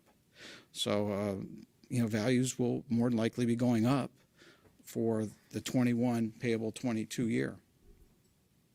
So everything's good right now, but everything's also cyclical. Well, thank you very much for your report and your presentation. It was wonderful. Thank you, appreciate it. Commissioner, Thanks, Greg. if I might, I just Oh, wanted yes. to jump back to that technology discussion and just validate what Auditor Snodgrass said. We enjoy a extremely great working relationship with Craig and his team, and like I said, I'm very excited about the possibility of moving into looking into some of these advances in technology. And like I said, I think we both have the same goal. So Yes, I think Director Saunders, we had talked a little bit that you guys were going to maybe speak with Oracle and give us a presentation maybe on how we can improve our technology for cost savings at some point here. I mean, I think that would be the best way. I mean, to do some exploratory conversations with Oracle. And 'Cause it has been a while since it's been updated, correct? Yeah, no, actually, we're doing a upgrade right now, just an upgrade. But as far as some of the how should I say it, the tools that are available to use need to be, I don't want to say invested in. We already have the tools. We just have to go through the implementation process. And I'll digress a little bit. We've had a very good consulting team that we've worked with in the past. We had a meeting this past week. It's called a user productivity kit. And I'm going to actually implement that for all my different departments. We have manuals. I've had people create manuals for each of their areas. A manual's nice, but this will actually be able to do a video where it's a training video. So like onboarding, when people, new hires come in, they can watch this video. And there's a lot of things, unfortunately, we do just once a year. So now you have to sit back, okay, what did I do? Now you're actually going to watch this video as a refresher. Well, I can now use this for all my other areas, even through real estate, through my settlement, through different departments. And it's a great tool. And that's coming down the pike. And it is going to be Oracle is going to be one of our starting points with that. Likewise, this same consultant's worked with that Northeast Ohio Sewer District. And he's the one now has referred me. It was just this past week. And so I need to make some phone calls to try to see if they'll let us in, or at least to have some conversation. But I think that's going to be a great resource because we need to get there. We need to get there. Been wanting to do it since we put Oracle in. We have to. Okay, well, I look forward to that update from Budget Director Saunders here at some point in the first quarter, hopefully. So, And Yes. Neil Sword's good to work with, so I think you'll, Who's that? the Neil. Northeast Ohio Sewer District. If you have any specific contact, Commissioner, I'd Yeah, like we to. work with them through NOAC as well, too, so Okay. we'll get you a contact. But I guess their procurement is exactly what I explained to our consultant. He says, Yeah, we'll that's get the you a group. contact. Sure. okay, well, thank you. Madam Clerk, do we need a motion to go into recess? Oh, you just say we're Okay, going. we're gonna adjourn for a 15-minute recess. And then, yes, Greg. thank you. Thank you so much. We should treat you since you kept it under 2 hours.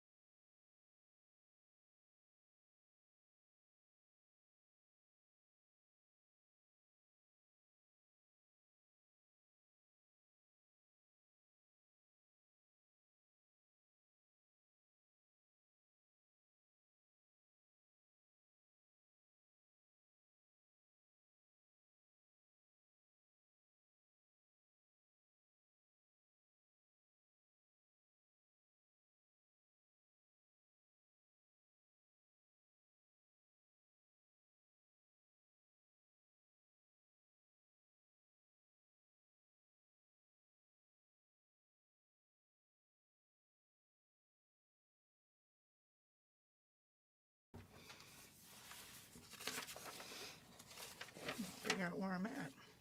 We are. Board of We're good. Okay, the budget meeting is back in session. Our 11 a.m. is Board of Elections. We have Paul Adams, our Director of the Board of Elections, and he has with him today Mr. Jim Kramer, his Deputy Director. Floor is yours. Thank you for Commissioners for having us over here today. As I mentioned to you earlier, we don't often get the opportunity to come over here, so I appreciate the time to be able to speak to the Commissioners about the elections here in Lorraine County. The first thing I just want to briefly touch base with is kind of how things went last year. The Lorraine County had our most expensive election that we've ever had in the history of this county. It was almost $3.6 million in order to put on both the primary and general election of last year. The good news is that a good share of that money, well over $650,000, came from grants that we were able to secure from the state as well as from a private entity to be able to help offset those costs here in Lorraine County. One of the other things that our board did do in 2020, which was different than other county departments, just to ensure that we did have enough funding for employee salaries, our part-time employees. As I'm sure you've heard this morning, a lot of county departments last year provided 3% raises to their employees. At the Board of Elections, we only did a 2% raise for our employees to reserve funds for employee salaries we knew that would be coming up for the rest of 2020. Looking forward into 2021, which is why I'm here, obviously our costs are going to be significantly less for this coming year. One of the things that's important for us as election officials in odd-numbered years such as this one, is to see how much of the county is actually going to be open. So in a primary election in an odd-numbered year, unless a subdivision puts an issue on the ballot or there is a primary, those particular communities will be closed. So as an example, with this coming election, we will have primaries in a number of communities, such as North Ridgeville. We will have one in Lorraine. But other communities where there's nothing on the ballot, such as Avon, there will be no election at all. So until this past week, when the filing deadline passed on February the 3rd, we weren't able to properly determine exactly how much we would need for things like poll worker pay and other supplies that we would need for the election.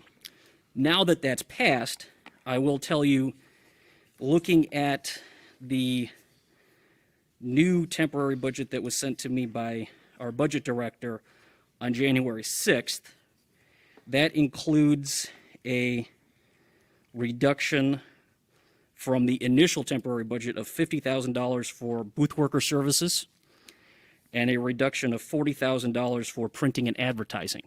That's the account that we use for purchasing ballots and preparing our mail absentee election. Now that we have seen what's going to be on the ballot for this primary, I will tell you that those reductions we can accommodate and make those reductions of the $50,000 for booth worker services as well as the $40,000 for printing and advertising. Generally, looking at our budget for this coming year, certainly there is some concern that we have over, what additional precautions and things that we will need to purchase due to the pandemic. Currently, we do have shields that are going to be reused at all of our polling locations. We have masks, we have other PPE that are available. The Secretary of State's office has provided a number of those items to us over this last year. I anticipate that will continue, but that is definitely something that we're looking at from a budget standpoint to make sure that there is enough funding to be able to purchase items if we so need for this coming year. Also, something else that will be coming up this year is redistricting for congressional and state house districts will be done this year. Once we get to the end of this year, there is a possibility that we may have some precinct changes that may need to be made if there are changes to districts or there are communities that change their ward lines due to the census results. If that happens, we are required by law to mail out notices to all the individuals in those areas that are affected. We also do a annual National Change of Address and NCOA card, goes to all those voters in the county that may have moved over the last year. That typically happens sometime in the summer, and that's by order of the Secretary of State.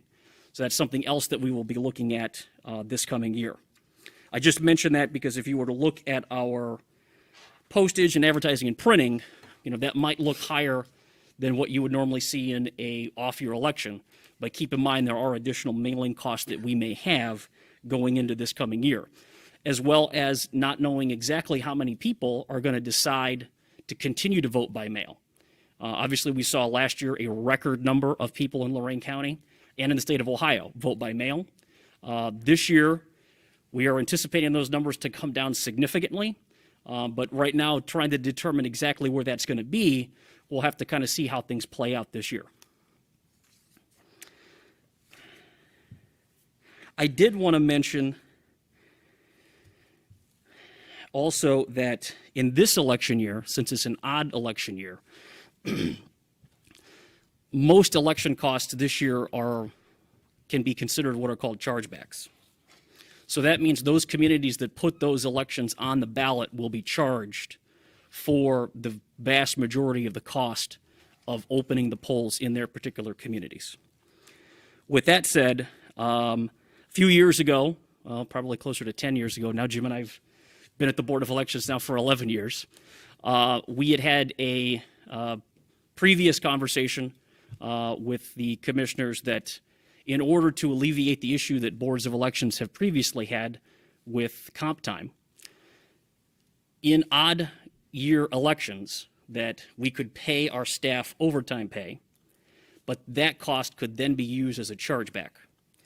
We had talked with the prosecutor's office a number of years back when that initially first happened, and the prosecutor's office told us you cannot charge back comp time because it's not actually being paid out. It could potentially be held for sometime well after that year. So I mentioned that because we would like to continue that and be able to stop the large accumulation of comp time that occurs in our office in odd-numbered years. Even-numbered years, we have to provide comp time. But in an odd-numbered year, to be able to continue to pay overtime pay, and then we can have that as a chargeback to go back to those communities that put those elections on the ballot.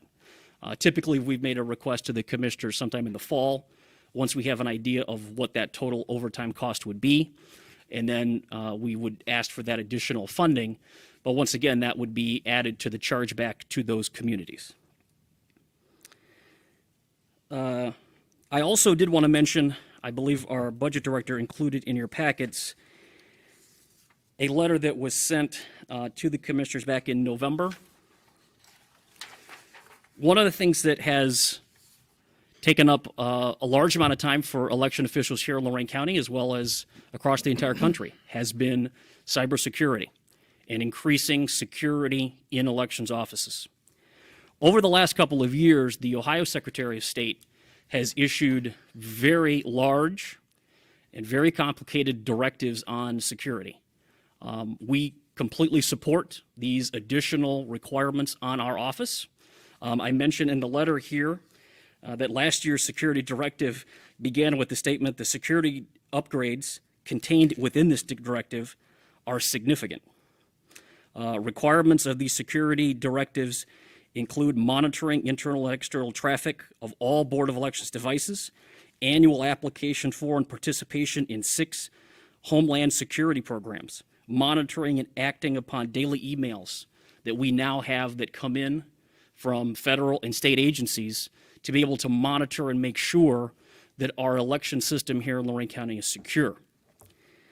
The unfortunate thing is for us, as this has developed over these last few years, it's been difficult for those of us who are election officials to understand a lot of the technical IT work that is needed in order to make sure that these directives are properly implemented. For the last 15 years that I've been at the board, usually the person that we go to is Jim, is our IT guy. But we've gotten to the point now to where many of these things are even beyond his capabilities. So in this letter, we are asking that the commissioners approve an addition so that we can bring on 2 election technology specialists to be able to ensure that these directives are properly implemented.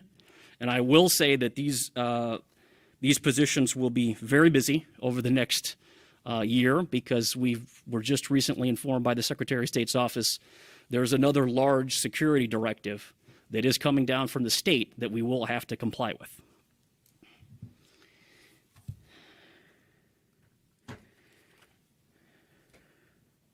Those are generally my comments. So if the commissioners had any questions. Okay, well, thank you. I'd like to thank, I mean, I see Marilyn is here too, so I want to say thank you, because that was probably the most stressful election this season that you guys have went through. And honestly, I think you guys did a fantastic job. I mean, the hours, I mean, I've talked to a lot of the employees. They were pushed to the limit, you know? And We very much appreciate that, yeah, Commissioner. No, I appreciate it, and it was nice to go through afterwards and see some of the equipment that you showed me and how they process the absentees. And, I mean, I'm proud to say that, you know, Ohio is one of 20 states that process votes the way that we do. And, you know, everyone talks about, you know, voter fraud and all this other stuff, but I can honestly say by talking to you and others and seeing the work they've done, you don't see that here. You know, I think you guys are doing a great job. I really do. So, Thank you. I had a statement as well that echoes that. We all know that 2020 was an extraordinary year as far as elections are concerned. The last second postponement of the primary election caused much confusion and difficulty, but the Secretary of State did well to navigate these waters, and our Board of Elections staff did a fantastic job. So I just wanted to echo that with your leadership, Director Adams and Marilyn and Jim. Everybody did a great job through early voting and all the way to Election Day and beyond. And thank you to our staff over there as well. Thank you, Commissioner. I'd just like to also echo my colleagues' comments, Marilyn, Paul, and Jim, for the amazing work you did. I know we were on the phone late that night when everybody's trying to figure out if there's going to be a primary the next day or not, depending upon what the judge said and what the governor was going to do, and it was just total chaos, and concerned about being able to staff the polls, and which I know that posed a challenge as well, too, because folks don't realize a lot of seniors end up staffing these polls to work things through, but can't say enough about the amazing work that had to be done by your board to be able to recruit people to staff the polls, because that was always the big concern. And for all the people who volunteered and came, and well, they get paid, but it's not like a huge amount of money. It's basically volunteer work for the community to make it all possible. But I've always told people that, you know, there's a good team in place at the County Board of Elections, and that things run very smoothly there, and you guys certainly demonstrated that again. The only thing I guess I would bring up is, you know, I still have reservations about the way the vendor, I believe it was Midwest, wasn't communicating well with us about getting out those early voting ballots. And so I just want to make sure that we've worked everything through with that, because we never want to run into that again, because unfortunately when the vendor doesn't come through, it hurts the credibility of the Board of Elections. Yeah, and Commissioner, to that point, our board will be taking into consideration all those items that happened in this last election soon, concerning which company we go with and how we handle mail absentee ballots. I will mention two things, though. Number one, the Secretary of State's office just issued a very large directive concerning additional requirements that there will be on boards of elections as well as printers for that process of absentees, as well as myself and our Deputy Director Jim and I have been on conference calls with Midwest so that they can explain directly to us not only how everything happened the way that it did and failed to happen the way that it did, but also to review their procedures to make sure that doesn't happen again. Not necessarily that the board is committed to go with them, but so that we can provide to the board members, this is the information that we have found out from them and done a full investigation of exactly what happened with Midwest for the board to make a proper decision of which potential vendor to go with in the future. I will mention, though, as I've mentioned in the papers, that the way that the process for mailing out absentee ballots is in this state, it's an incredibly detailed, complicated process. It's not just going down to the printer and saying, here, make me some copies of ballots. You know, this is a process that it's not only printing the ballots, it's making sure that they're assembled properly, and it's being able to send them in a file so that if, you know, the first ballot is Amherst 1A and the second one is Avon 1B and the next one is Grafton Township, it can print all of those in order and make sure that all of that's ready to go out within a 24-hour period. At this point, there's really only 2 vendors in Northern Ohio that can even do that. We have looked at there is a vendor in Southern Ohio, but certainly there's a concern there over the distance. You know, one of the things we were able to do, myself and Jim went to Midwest when we were having these problems. We went to their facility to actually see, you know, I don't want to hear, oh yeah, your ballots are going to go out. I want to see them. Where exactly are our ballots? And I can have a person there to see them go on a truck so that we know that the voters of Lorain County are going to get their ballots. So those are just some things, you know, we're certainly, the board's very much taking into consideration everything that happened with the last election, as well as asking Midwest to explain what their new procedures are. If the board were to decide to stay with them, what are those new procedures? What are you doing to make sure that this does not happen again? Because it was completely unacceptable. Yeah, because I know for my new colleagues, I'll have reservations about them unless we know that they can truly step up, because there were many times they told our board that things were done when they weren't done, and that's just not the way, you know, the vendors should be behaving. Can you elaborate a little bit on the new systems that we put in place, the new voting systems? I know a substantial investment was made in new voting systems and how they performed. Yeah, so in 2019, we were, with the commissioners and with funding from the state, we were able to implement a new voting system here in Lorain County. What I've seen so far has been, it has worked out very, very well. The transition was almost completely seamless. Because from the voter standpoint, it was very, very similar, with the exception of at the end of the process, you would take your ballot card and you would put it into a scanner. Previously, you would just hit the button and it would go up into the canister. That part of the process, we were a little concerned that voters might walk out with their ballot card. So we had signs made up. We had poll workers that were assigned at the doors to make sure that people did not walk out with those ballot cards.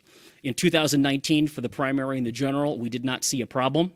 Obviously, we did not use them in the primary election of 2020, but in the general election, we also had a concern because we know there's a large number of voters in Lorain County and other places that unfortunately think we only vote every 4 years. So they wouldn't have had the opportunity to kind of try out the equipment in 2019. So we were concerned that that would be an issue this past November election, but it was not. There were very few cases to where a poll worker actually had to stop someone with a ballot and say, no, you can inspect it, but your ballot's not actually cast until you put that into the scanner. And the system has worked out very well since we've implemented it.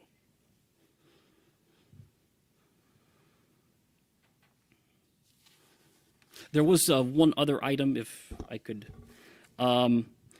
Just wanted to, let the commissioners know we had, over the last handful of years, and in particular because of the new voting system, space at the Board of Elections is a premium. The new voting system, because it has the additional scanners, is a bigger footprint than the former system that we've had. We have been able to have use of the former Gargas Hall, which has worked out very well for us. We've added security there through some of the grants that we've had. But there is some work that needs to be done on that facility going forward to make sure that it is a proper facility for us to be able to maintain our equipment there. Because as I'd mentioned, the space in our building just can no longer accommodate an election system of the size that we now have.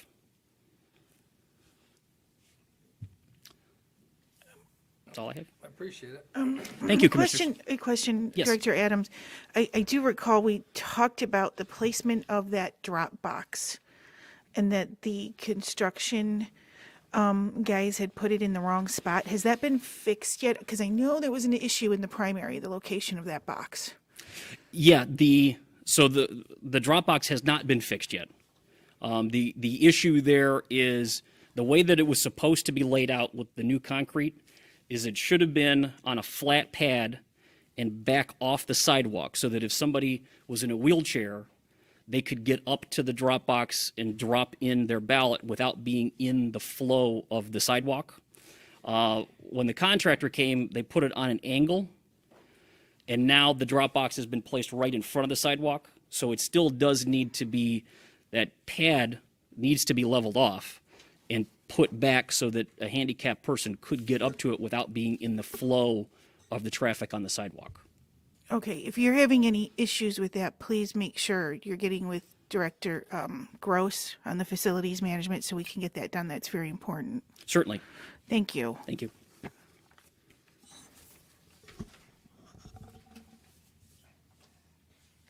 right.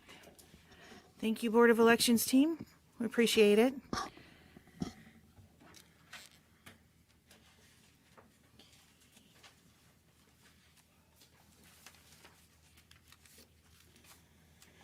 Okay, so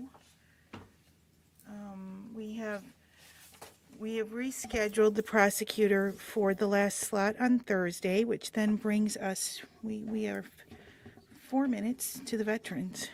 I see that the group from the veterans are here. Would you guys like to start a few minutes early? Okay, we've got the veterans here with Executive Director Jacob Smith. I see in attendance Sam Wolf, who is a Veterans Commissioner, and Steve Bancek, who is a Veterans Commissioner. And if somebody could help me out with the other gentleman. Terry Stone. Terry Stone, yes, thank you. Welcome. Hello.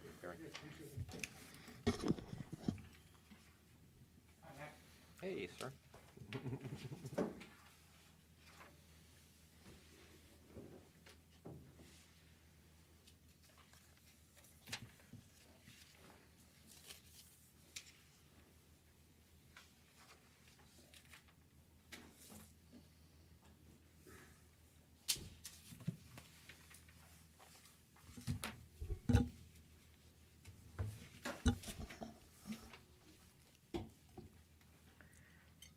Mr. Smith, the floor is yours. Okay. I'm here today to talk to you guys about our budget. We submitted our, am I not in? There front? you go, by Okay. the microphone. Perfect. Sorry. We submitted our budget on 5/20/2020. Currently, we found out earlier this year, we're operating on a temporary budget. And we are here, I guess, to answer your questions. I don't have anything other than what is here. If you have questions, I can get into that. I can tell you,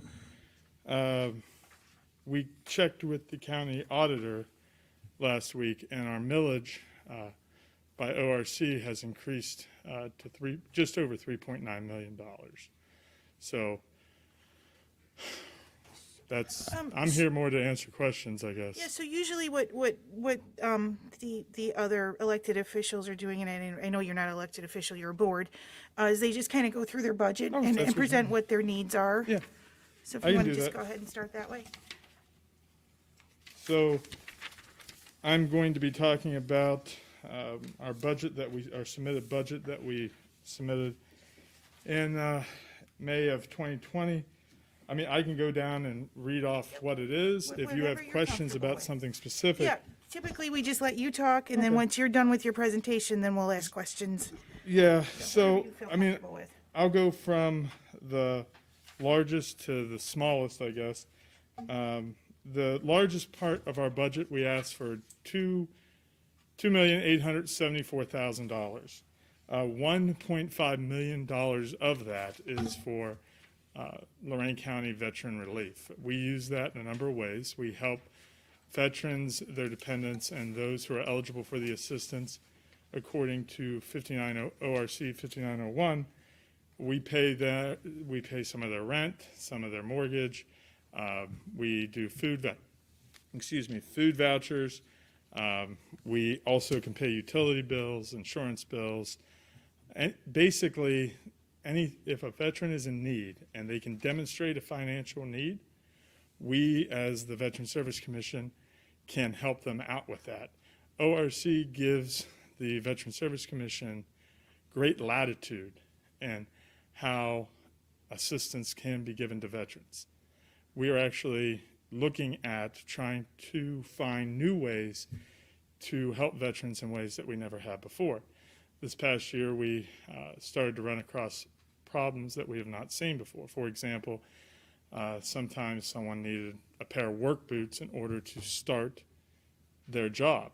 And it's cheaper to buy a veteran a pair of work boots that are required for their job than it is to say, no, we can't help you with that, and then they can't go to work the first day. So we actually look at ourselves in the relief column as a way to reduce compounding issues. And that's a good example of the work boot issue. Food vouchers, we give approximately $180 every 2 weeks to a veteran for them to feed themselves at different stores. We work primarily with Apple's, Mark's, Fligner's, a few other stores throughout the county to help them provide food for themselves. We're actually looking at using the federal government guidelines as to what it costs to feed an individual. We have found that a single veteran might be right at or maybe a little high to where a veteran with a family of 4 take care of. They get, I believe, about $240. That is actually considered low. So there are some things we're looking at spending more money on, some things we're looking at spending less money on. We're also looking at a number of other different programs in relief. The next largest expenditure would be payroll.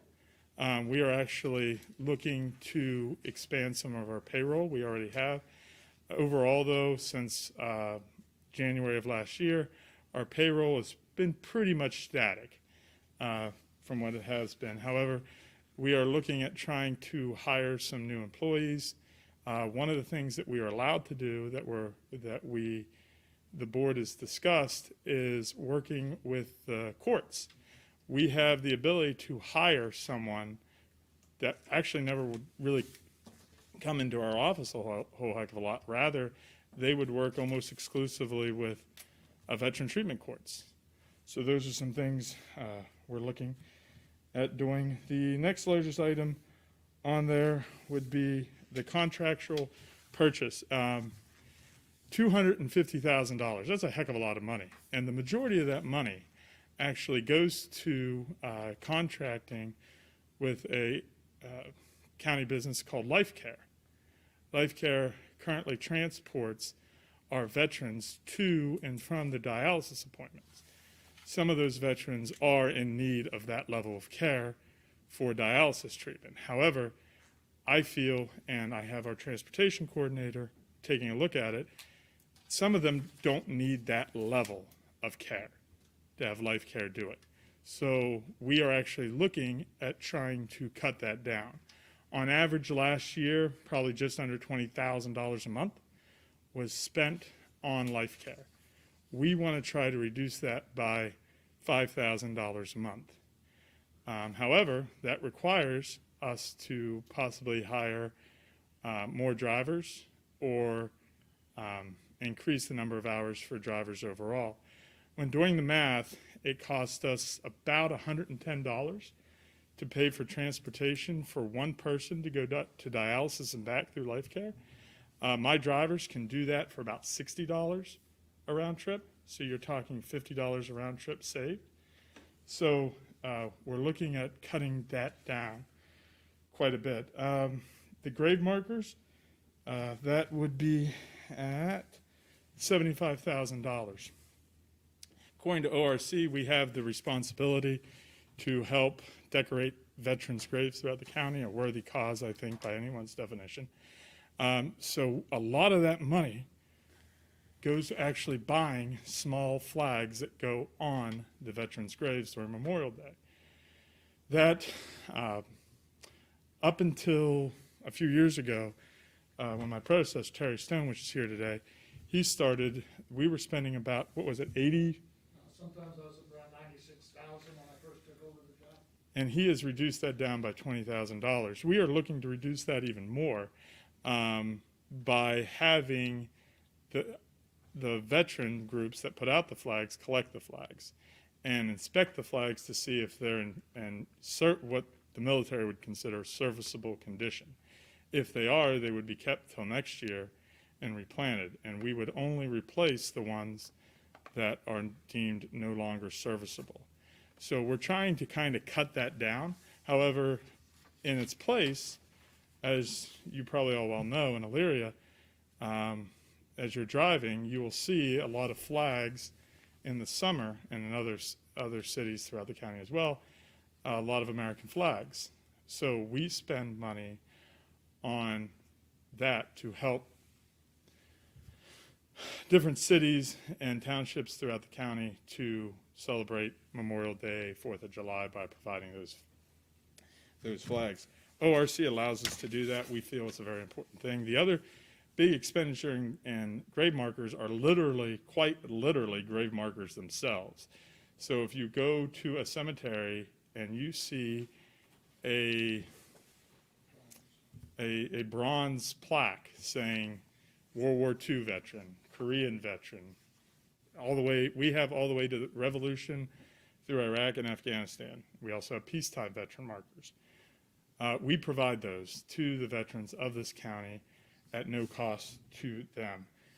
We also have been known to supply an extra burial flag sometimes if they're to veterans' families. Sometimes, as you can imagine, burying a veteran is a very stressful point, and there have been conflicts in families as to who gets the veteran's flag. There are times that we provide them with an extra flag. The next item I guess we can talk about is capital vehicles. That's $40,000.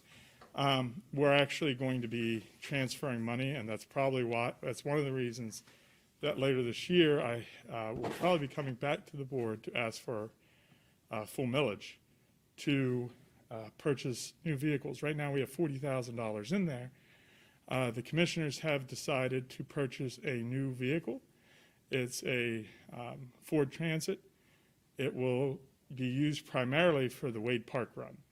The vehicle that we have right now is 9 years old, has approximately 80,000 miles on it, has an air conditioning system that really doesn't work all that well. There have been times when driving on the interstate that it has just said, no, I'm done, and has stopped running.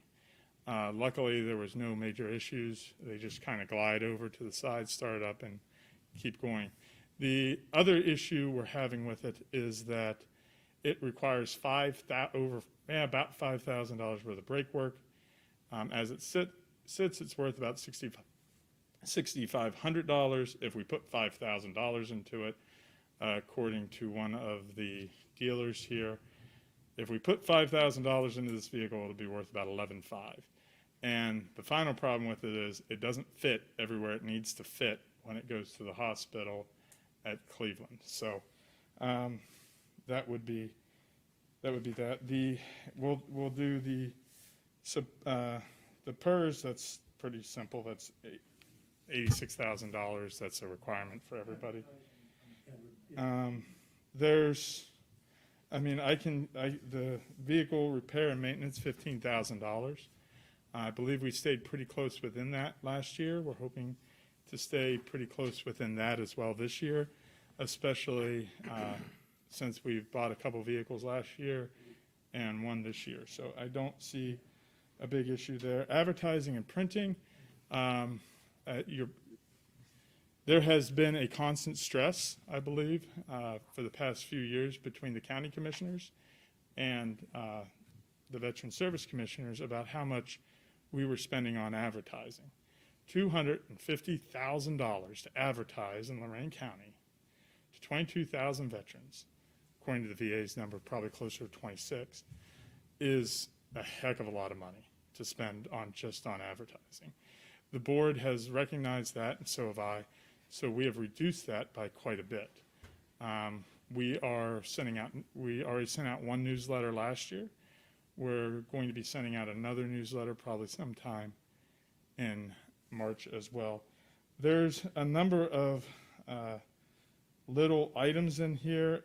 I mean, everything from gas reimbursement to equipment lease. I mean, the equipment lease is for our copier. It is what it is.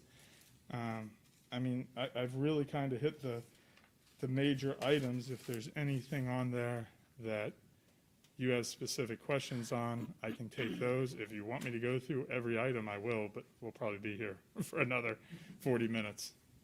You might tell them how much comes into the county. Oh, yes, I can tell you that. So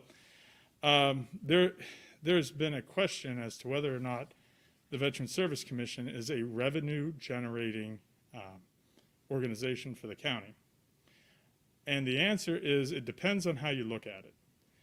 Does the county budget see any direct money from the operation of the Veteran Service Commission? The answer to that is clearly no, you don't. However, the last GDX report that we have is if you give me a nickel, we are, for every dollar that we spend, $66 in federal dollars is returned to the county. It's actually $65.95. But that's the most recent one. I can tell you, this is going to be hard to believe, but I think that's high. I would shoot for closer to 50 to 1 because I think that we can do more for the veterans of this county, and we intend to do more. Like I said, we're in the process of kind of reviewing our everything from how we pay for transportation to what assistance we can give out to veterans in need.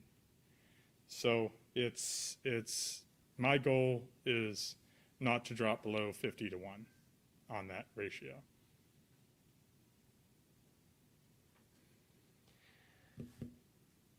I just wanted to thank you for addressing, the advertising concern. I think the effective route, as I discussed over the years, was literally targeting the veterans and, getting stuff directly to their homes and in their hands. And I think that's, a good approach. I know before it was kind of more of a, a scattered approach, I guess.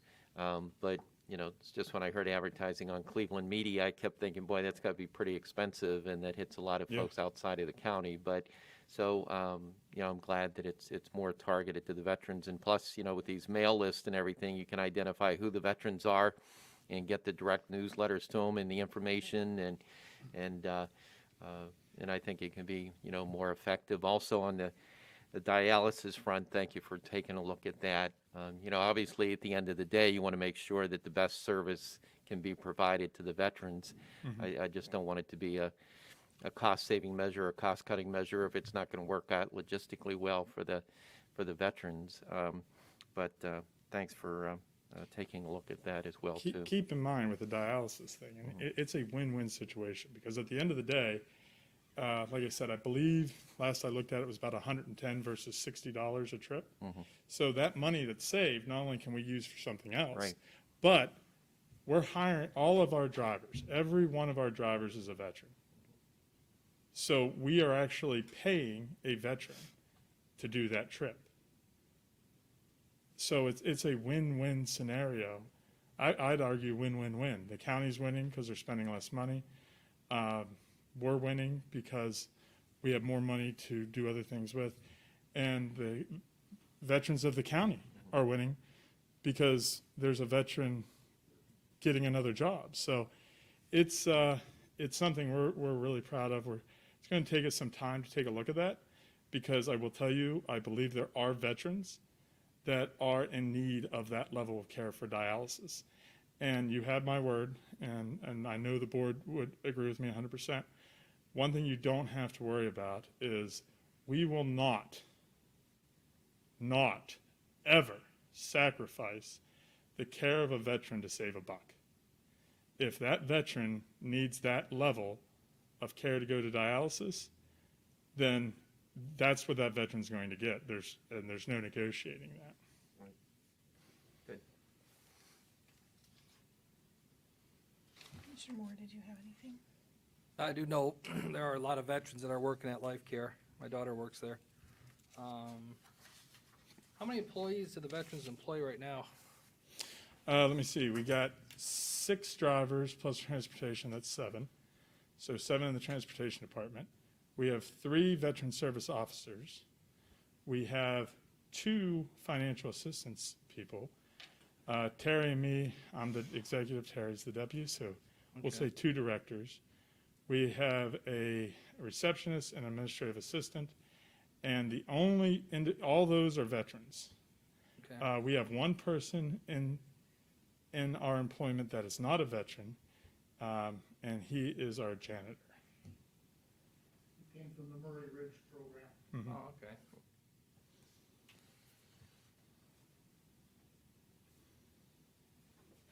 He does a good job cleaning the And it really worked out best for us and the county because the county came in after hours, which means they really couldn't get in our offices because we didn't want them there.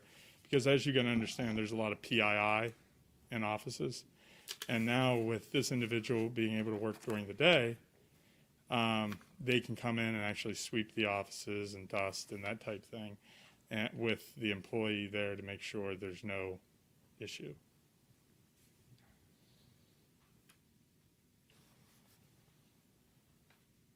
Are you all set, Commissioner Moore? Oh, yeah. So, Mr. Smith, you spoke about adding an additional employee. I see a difference here on our budget sheet of 56,000. Can you give us a little more on your board's thoughts on that employee and what their role would be? Adding additional employee, the driver. Oh, you want to add another, okay. So, yeah, if we add another employee, it would be a driver. We don't know that we need that right now. We're actually thinking about taking 2 that we have, switching them from part-time to full-time. But if we do need another driver, it would be because of demand increasing. Okay. But that's, at this point in time, as of this moment, there's no plans to hire any more office staff. As a matter of fact, we're probably, Mr. Stone is actually looking at retiring later this year. That is one of the reasons that I was brought on last year to do that transition. And late last year, Terry became the deputy, I became the executive. Terry has been a godsend for me. He is taking care of things that should have been addressed in the past that we can now take a look at in a little bit more depth. I do know, I don't know who in your organization has been talking to our county administrator, but we've been doing our best to hire veterans also here. Yeah. As directors, so. My board has stated that if it basically has to be a veteran that we hire. The only one that is not a veteran right now, I said, is our custodian. He's from Murray Ridge. He's doing an outstanding job. So. I'm referring to us as commissioners also within our organization. Oh, okay, great. That's what I was referring to. Oh, well, thank you. And every veteran that you give a job to is a boon for the employer. I will tell you that I was asked by one of the county agencies if we could get them something late last year. And I said, I can have it for you in 2 weeks. And they said, don't you want to give yourself some time? And I said, nope, we're veterans. We get stuff done. And by God, it wasn't 14 days. It was 11. Veterans know how to get stuff done. Okay, speaking to the county gas line item that you have, 2018, you were at 14,000. 19, you were at 13,000. 2020, we can just round that up to 8,000. I think we all know what happened in 2020 with the COVID, as Yeah. probably, your veterans were staying home more, often than calling for a ride. So you didn't spend as much money on the gas. So averaging, if you take the 18 and 19 and we say 14,000, you're asking for 20 this year. Can you just expand a little bit on why that jumped? Because we know the first part of this year, we still have some of these COVID restrictions on. So just give us a little bit on that. Yeah, no problem. So as I stated earlier, one of the things we're trying to do is decrease the amount we spend on life care. In order to do that, we're going to have to be driving more. That's one of the reasons we're buying the vehicle. So you buy another vehicle, you're going to need more gas to put into it. That's what it comes down to. As far as the COVID, when I did this budget, keep in mind that it was May when it was turned in. So at that point, I had no idea where we were going to be come December. So I knew we were looking at buying new vehicles, some more vehicles, I should say. So I needed to plan for that. That's why the increase. On top of that, as we all know, gas fluctuates. It's $1.50 today, and it's $3 a month from now. I can agree with you, Director Bansek, or President Bansek. It's probably going up here this Well, I'm summer. just saying, Yeah. and so I wanted to try to account for that. Yeah. And I will tell you, we have the ability to move around funds. Okay. So I think last year, we actually took some of the money out of county gas and used it to help purchase a vehicle. So, a budget, I've learned, is always your values. A budget determines an organization's values. And I'm exceedingly proud of this budget. If you take a look at the budget being, we'll say 2.875, it's 2.874. But of that $2.8 million and change, 1.5 is for relief. Another 600,000 is for the employees that are going to help veterans file claims that will improve their lives. Help veterans file financial services for financial assistance. So you essentially have over $2 million in a $2.8 million budget that is for the direct assistance of the veterans of Lorraine County. That is our values, and I think that's a hell of a statement to say. Okay, but, can I get back to my question so I can finish Yeah. that first, please? Yeah, go ahead. Can I finish my questions first? Okay, great. The capital furniture and fixtures line, you have 15,000 on, and we had 0. So I'm assuming, Budget Director Saunders, that's a new line item this year? Because it had 0 before? Okay. Yeah, the furniture figures and the computer system equipment, looks like those were new budget lines, yeah. Okay, when I looked at the CARES Act funding, did something come from CARES Act to capital furnitures to the veterans, or is that something different? So, Jake, because this was back in May, so I don't know, the 15,000s in both those lines, were those, what were those accounted for? Or do you know where those were going towards? A couple things. Keep in mind, I only looked at the 2020 budget and the 2019 budget. And both of those budgets, there were line items for both of these items. I didn't add any new line items from last year to this year. I guess just from expense, like Yeah. you had it budgeted, but there Yeah. weren't actually any expenses. So the reason for $15,000 in capital furniture is, first of all, if you don't have $15,000, you can't spend it. So, for example, we had to buy an extra desk last year, and I forget what it cost. It was a whole office thing, so I think $4,000. Don't hold me to that. I submitted it for payment under capital furniture. Can't do that.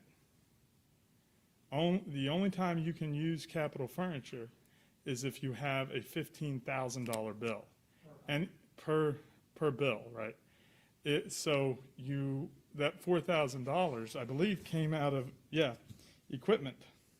that came out of equipment, and I believe money needed to be moved around to do that. The other thing with capital furniture this year, we were able to make some of the modifications that we wanted to last year. However, this year, we are actually looking at doing somewhat of a remodel to the building itself. Right now, we have architect plans. They were drawn. They came back to us for review. We made some changes. We expect those hopefully by the end of the month. And then we're going to start the bidding process to actually get people to go in there. So we may need that $15,000 to buy a desk or whatever comes up. And if need be, we can always transfer that to, like we did last time, to equipment to cover the costs. That's wonderful. I appreciate you clarifying Yeah, no problem. on that. Okay, and then professional services. Yeah. I think you may have touched on No, this already. This is a funny one, though. So we were at 5850 in 2020, and then yeah. So if you could just expand on why we're going to 20,000 on that. So this is actually kind of a funny one. So a number of years ago, and it might be best to let Terry tell the story because he was here. So Terry, if I say something Terry, you're wrong, gonna have to jump come in. up to the microphone. The- He was gonna get you up here. But essentially, professional services can cover just about anything that we need that is professional services. For example, last year, I think we used it on exterminations. There are exterminator that comes to the building. However, the reason it was added to begin with was because a number of years ago, there was a debate between the county commissioners and the Veteran Service Commissioners as to whether or not that we could use our budget to buy a building. And the commissioners, I believe, were represented by the county prosecutor. Well, the county prosecutor can't represent both sides. So we had to create a line item. So in case we are sued, we can we can immediately start hiring legal advice to take on any issue like that.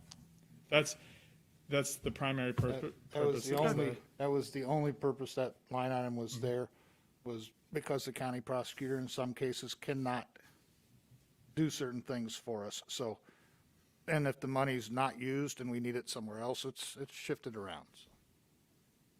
Yeah, like I said, it's an interesting story. It's money you hope not to have to spend. And that line item has been in there since I took over this job so many years ago, so we've just kind of kept something in it just to be safe. Is there anybody the county prosecutor doesn't represent in government? Well, no, but I mean, if there- really, if- they keep if adding, the there was a legislature keeps conflict, adding, I you know, think like they added the one we had libraries in that, recently and some other we had to things, do you know? that. So, but I It's- understand what you're saying, you need to have that fund Right. there. It's primarily, Sure. I hate to say this, is insurance against the commissioners. Yeah, In case you guys, in case you guys want to say, no, we're not approving your budget, and we feel we have the ability to do that, we can hire a lawyer to argue back and show you the 1997 Supreme Court case that says that we can. So, I mean, it's just as a safety valve. I don't think we'll make you use that line item, so I don't think so either. I like you guys. I think you're good. All right, that concludes my questions. Does anybody else have any more questions? I have one more when. Oh, you're- yes. No, but. Sorry, you No, did. No. So as I opened up, and we have a temporary budget we're operating off of right now. My commissioners asked me at our previous meeting, when do we get the full allocation of what we asked for? Do you guys have a plan on when you will approve that? Because. The bill collectors. Yeah. I We do are think actually that would be a behind. county administrator question, don't you, Budget Director? I mean, as soon as we can get the general fund permanent appropriations approved, yeah, then we can go ahead and get those lines appropriated. I mean, in the short term, we do have the ability to appropriate additional funds through our normal board business, through appropriations that way. If there is a short-term need, until the permanent budgets are.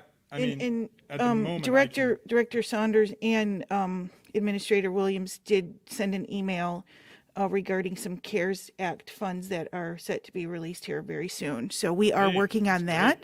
Good. We are working on it. We are and very it's excited about that. coming soon. We appreciate that. Yeah, I mean, until then, Mr. President and I had some discussions. We're going to have to move around some funds just to cover some things, but we'll be able to take care of it. Do we have an idea how soon, Director Saunders, so maybe they don't have to move around the funds? Are you going back to the CARES fund? Yeah. Uh, Is that this week or next week, or how close are we? I believe about 125,000, I believe. I would say probably next week. I think we'd probably have a check in hand. But again, same thing, the money would come in, but you'd still need to Yeah, it's fine. appropriate those funds Yeah. or whatever, Right. but yeah. We can have those conversations. Yep, absolutely, yeah. Yeah. Okay, that's good. I That's just like good to have a, opportunity to thank you guys. a short-term kind of date here to look forward to. I know we've been working on this for a couple of weeks. And thank you for working on it. Casey's been great. Okay. Are you good, Mr. Smith? I am Everybody good, Madam Commissioner. If you're All right. good with me, I just want to take a moment on behalf of the board to say thank you to all three of you, and we look forward to working with you throughout the course of this year and for the next 3 or 4 years and maybe more. So, Yep, thanks so for nice to everything see you do. guys. Excellent presentation. We appreciate it. Yeah, thanks. Are we good? Okay. Yeah, I didn't know if there Thank was you. if you had to Thanks, gavel me off. I'll give it to you if you want it. There you go.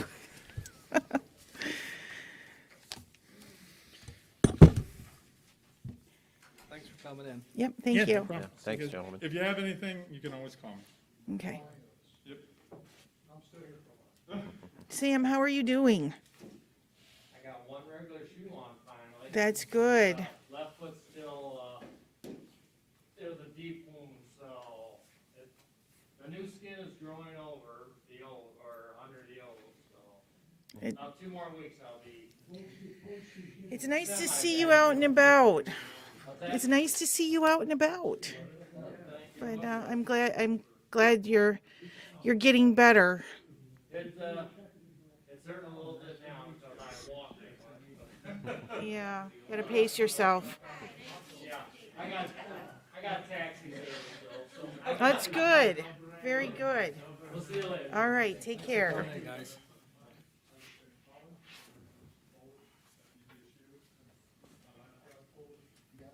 And now you guys get the pleasure at the Larry. Yes. Right, yeah. We go straight to heaven. Yeah, he's been doing this for a year or two. Hello, Mr. Telerik. If Mr. Bancek said I'm okay, I'm gonna leave.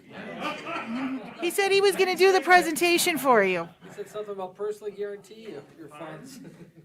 Okay, next up is our treasurer, Dan Telerik, and he has brought with him, You have to stand here, I'm old. No, well, you're vintage. yes, I'm and he has vintage. brought with him his chief deputy, Lisa Yes. Dawson. Lisa Welcome. Dawson, by the way, that if you do not know her, very And, good. and see, we saved the best for last today with you, Mr. Oh, Telerik. now you got me blushing. Yeah. I'll take that off. All right, the floor is yours. What would you like me to say? Show me the money. Now, this isn't even a, walking up here today, Yeah. $9.42 interest we're making out of Huntington Bank Oh, for this month. Wow. Yep. You're talking about show me the money. yeah. Wow. It's like, I think in 2001, you were talking about, it went down to 5%, you were complaining, so it In hasn't gone up January- since. In January and February of this last year, Yeah. 1.3% Okay. was the interest that we were receiving. It went down to 0.05 by December. Wow. So if you're taking a look at one of the things that we're trying to pay, we got about $20,000 worth of fees that we have to pay back to the bank that in the old days that we didn't because of the compensating balances. Wow. When you go from 1.3 to 0.05, we're not getting any money. And basically, that in my budget is where we have a bit of a problem. Well, you're only off, looks like from 18 to today, what you're looking at is like $40,000 shortage? Is that about A right? bit. Is that about right? Yeah. Okay. We asked for what, 87,000, 89,000, and I believe currently you have 70. And honestly, that's all fees that we're paying, Right, okay. which we can't get rid of because the bank don't want it. We got a lot of money in the bank, but we're not making any interest. Do you guys do any overnight sweeping? Do you guys do that kind of work or no? I don't know.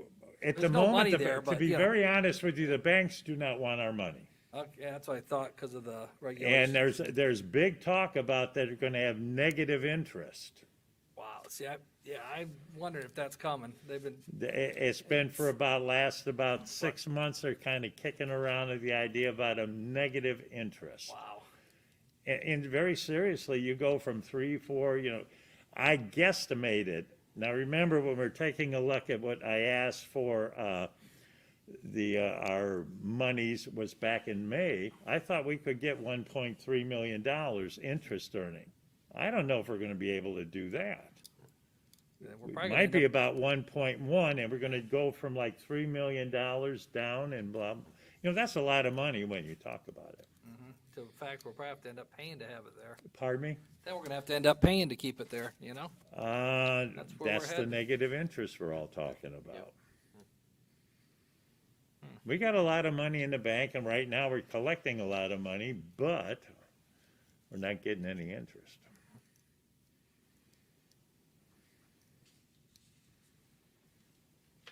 You might notice about the supply or the equipment, we've been trying for what, 2, 3 years? To get new cash registers. They're probably 10, 12 years old. I don't have any idea, Lisa does either, why we can't get a machine that'll take more than 10 or 20 or 30 million dollars. And we're having a terrible time, seriously. You would believe we're gonna be back down to using a cigar box with a hand stamp, because when those things die. Wow. But we're having a terrible time trying, because of the money that we, take in. And You're it's down been, to how many? 11 employees? we have 11 employees, yes, sir. Have you worked throughout the COVID, throughout this summer? Were people working from home, or how'd that go with No, your no, no. department? People ask us that all the time, but all the money that's collected in the county has to come to us. Okay, You want to buy a dog license, it ends up to us. The recorder's office comes to us. Unfortunately, where I live, I don't want you dropping it off at my house. So what we do is, no, we've been here the whole time. okay, well, thank you. We have not been open to the public because I don't believe we should get people sick or vice versa. And that's the reason we're here. Okay, I appreciate it, and your staff, you know? And I do think too, when you walk into your office, it's a very, I don't want to say confined, but you just don't have the room in there to do it. So just so the public knows, that's why you're doing the Dropbox. There's just no room in there to properly space out. And honestly, it's worked quite well, to tell you the truth, that lockbox downstairs. You always have a great staff. Everybody's very professional, and and I know people may not know, it's not uncommon for Dan to sometimes hop in the car and go talk to people when we're not in a COVID situation, to try to clear things up if there's some misunderstandings, or trying to work with people. So I appreciate you always going the extra mile. Well, we're basically the evil tax collector. I understand that. And that's what we try to do. And what you're saying is not untrue. Lisa could say the same thing, that I've been known to go and pick up taxes from people, or go and discuss things with them at their houses and vice versa. But that's our job. I have the best staff in the county. How's that? You're the first one to say that today, so you must Absolutely. have. Really? You must have, See, I told you you'd get away with it. She made me tell you. Okay. Any other questions, comments? think we're good. Yeah, we do the best that we can with, if you take a look at the last 2, 3, 4 years, we don't spend a lot of money on anything, weird. We just try to do our job. Well, this is what happens when you're the last meeting at lunchtime. It gets really short. Well, we had to pay Teresa to do that. Oh, We could get out. Okay, we're ready for lunch, Teresa. You guys okay? Yeah. Yeah, we're good. Thank you very much. I appreciate it. Thank you. Thanks for coming, Oh, well, thank you. making the trip to see us. And remember, anytime you guys want to come down, the door's open, maybe. But, No, but we had to show our badge, to get in. and I They believe did let that me in, happened, though. didn't it? They were very nice. We got nice people. Thanks, y'all. All right, You bet. thank Thanks, you. guys. Thank you very much. Thanks to you both. Okay, that being the last item of business, I will move to adjourn. Second. All those in favor say yes? Yes. Yes, all right.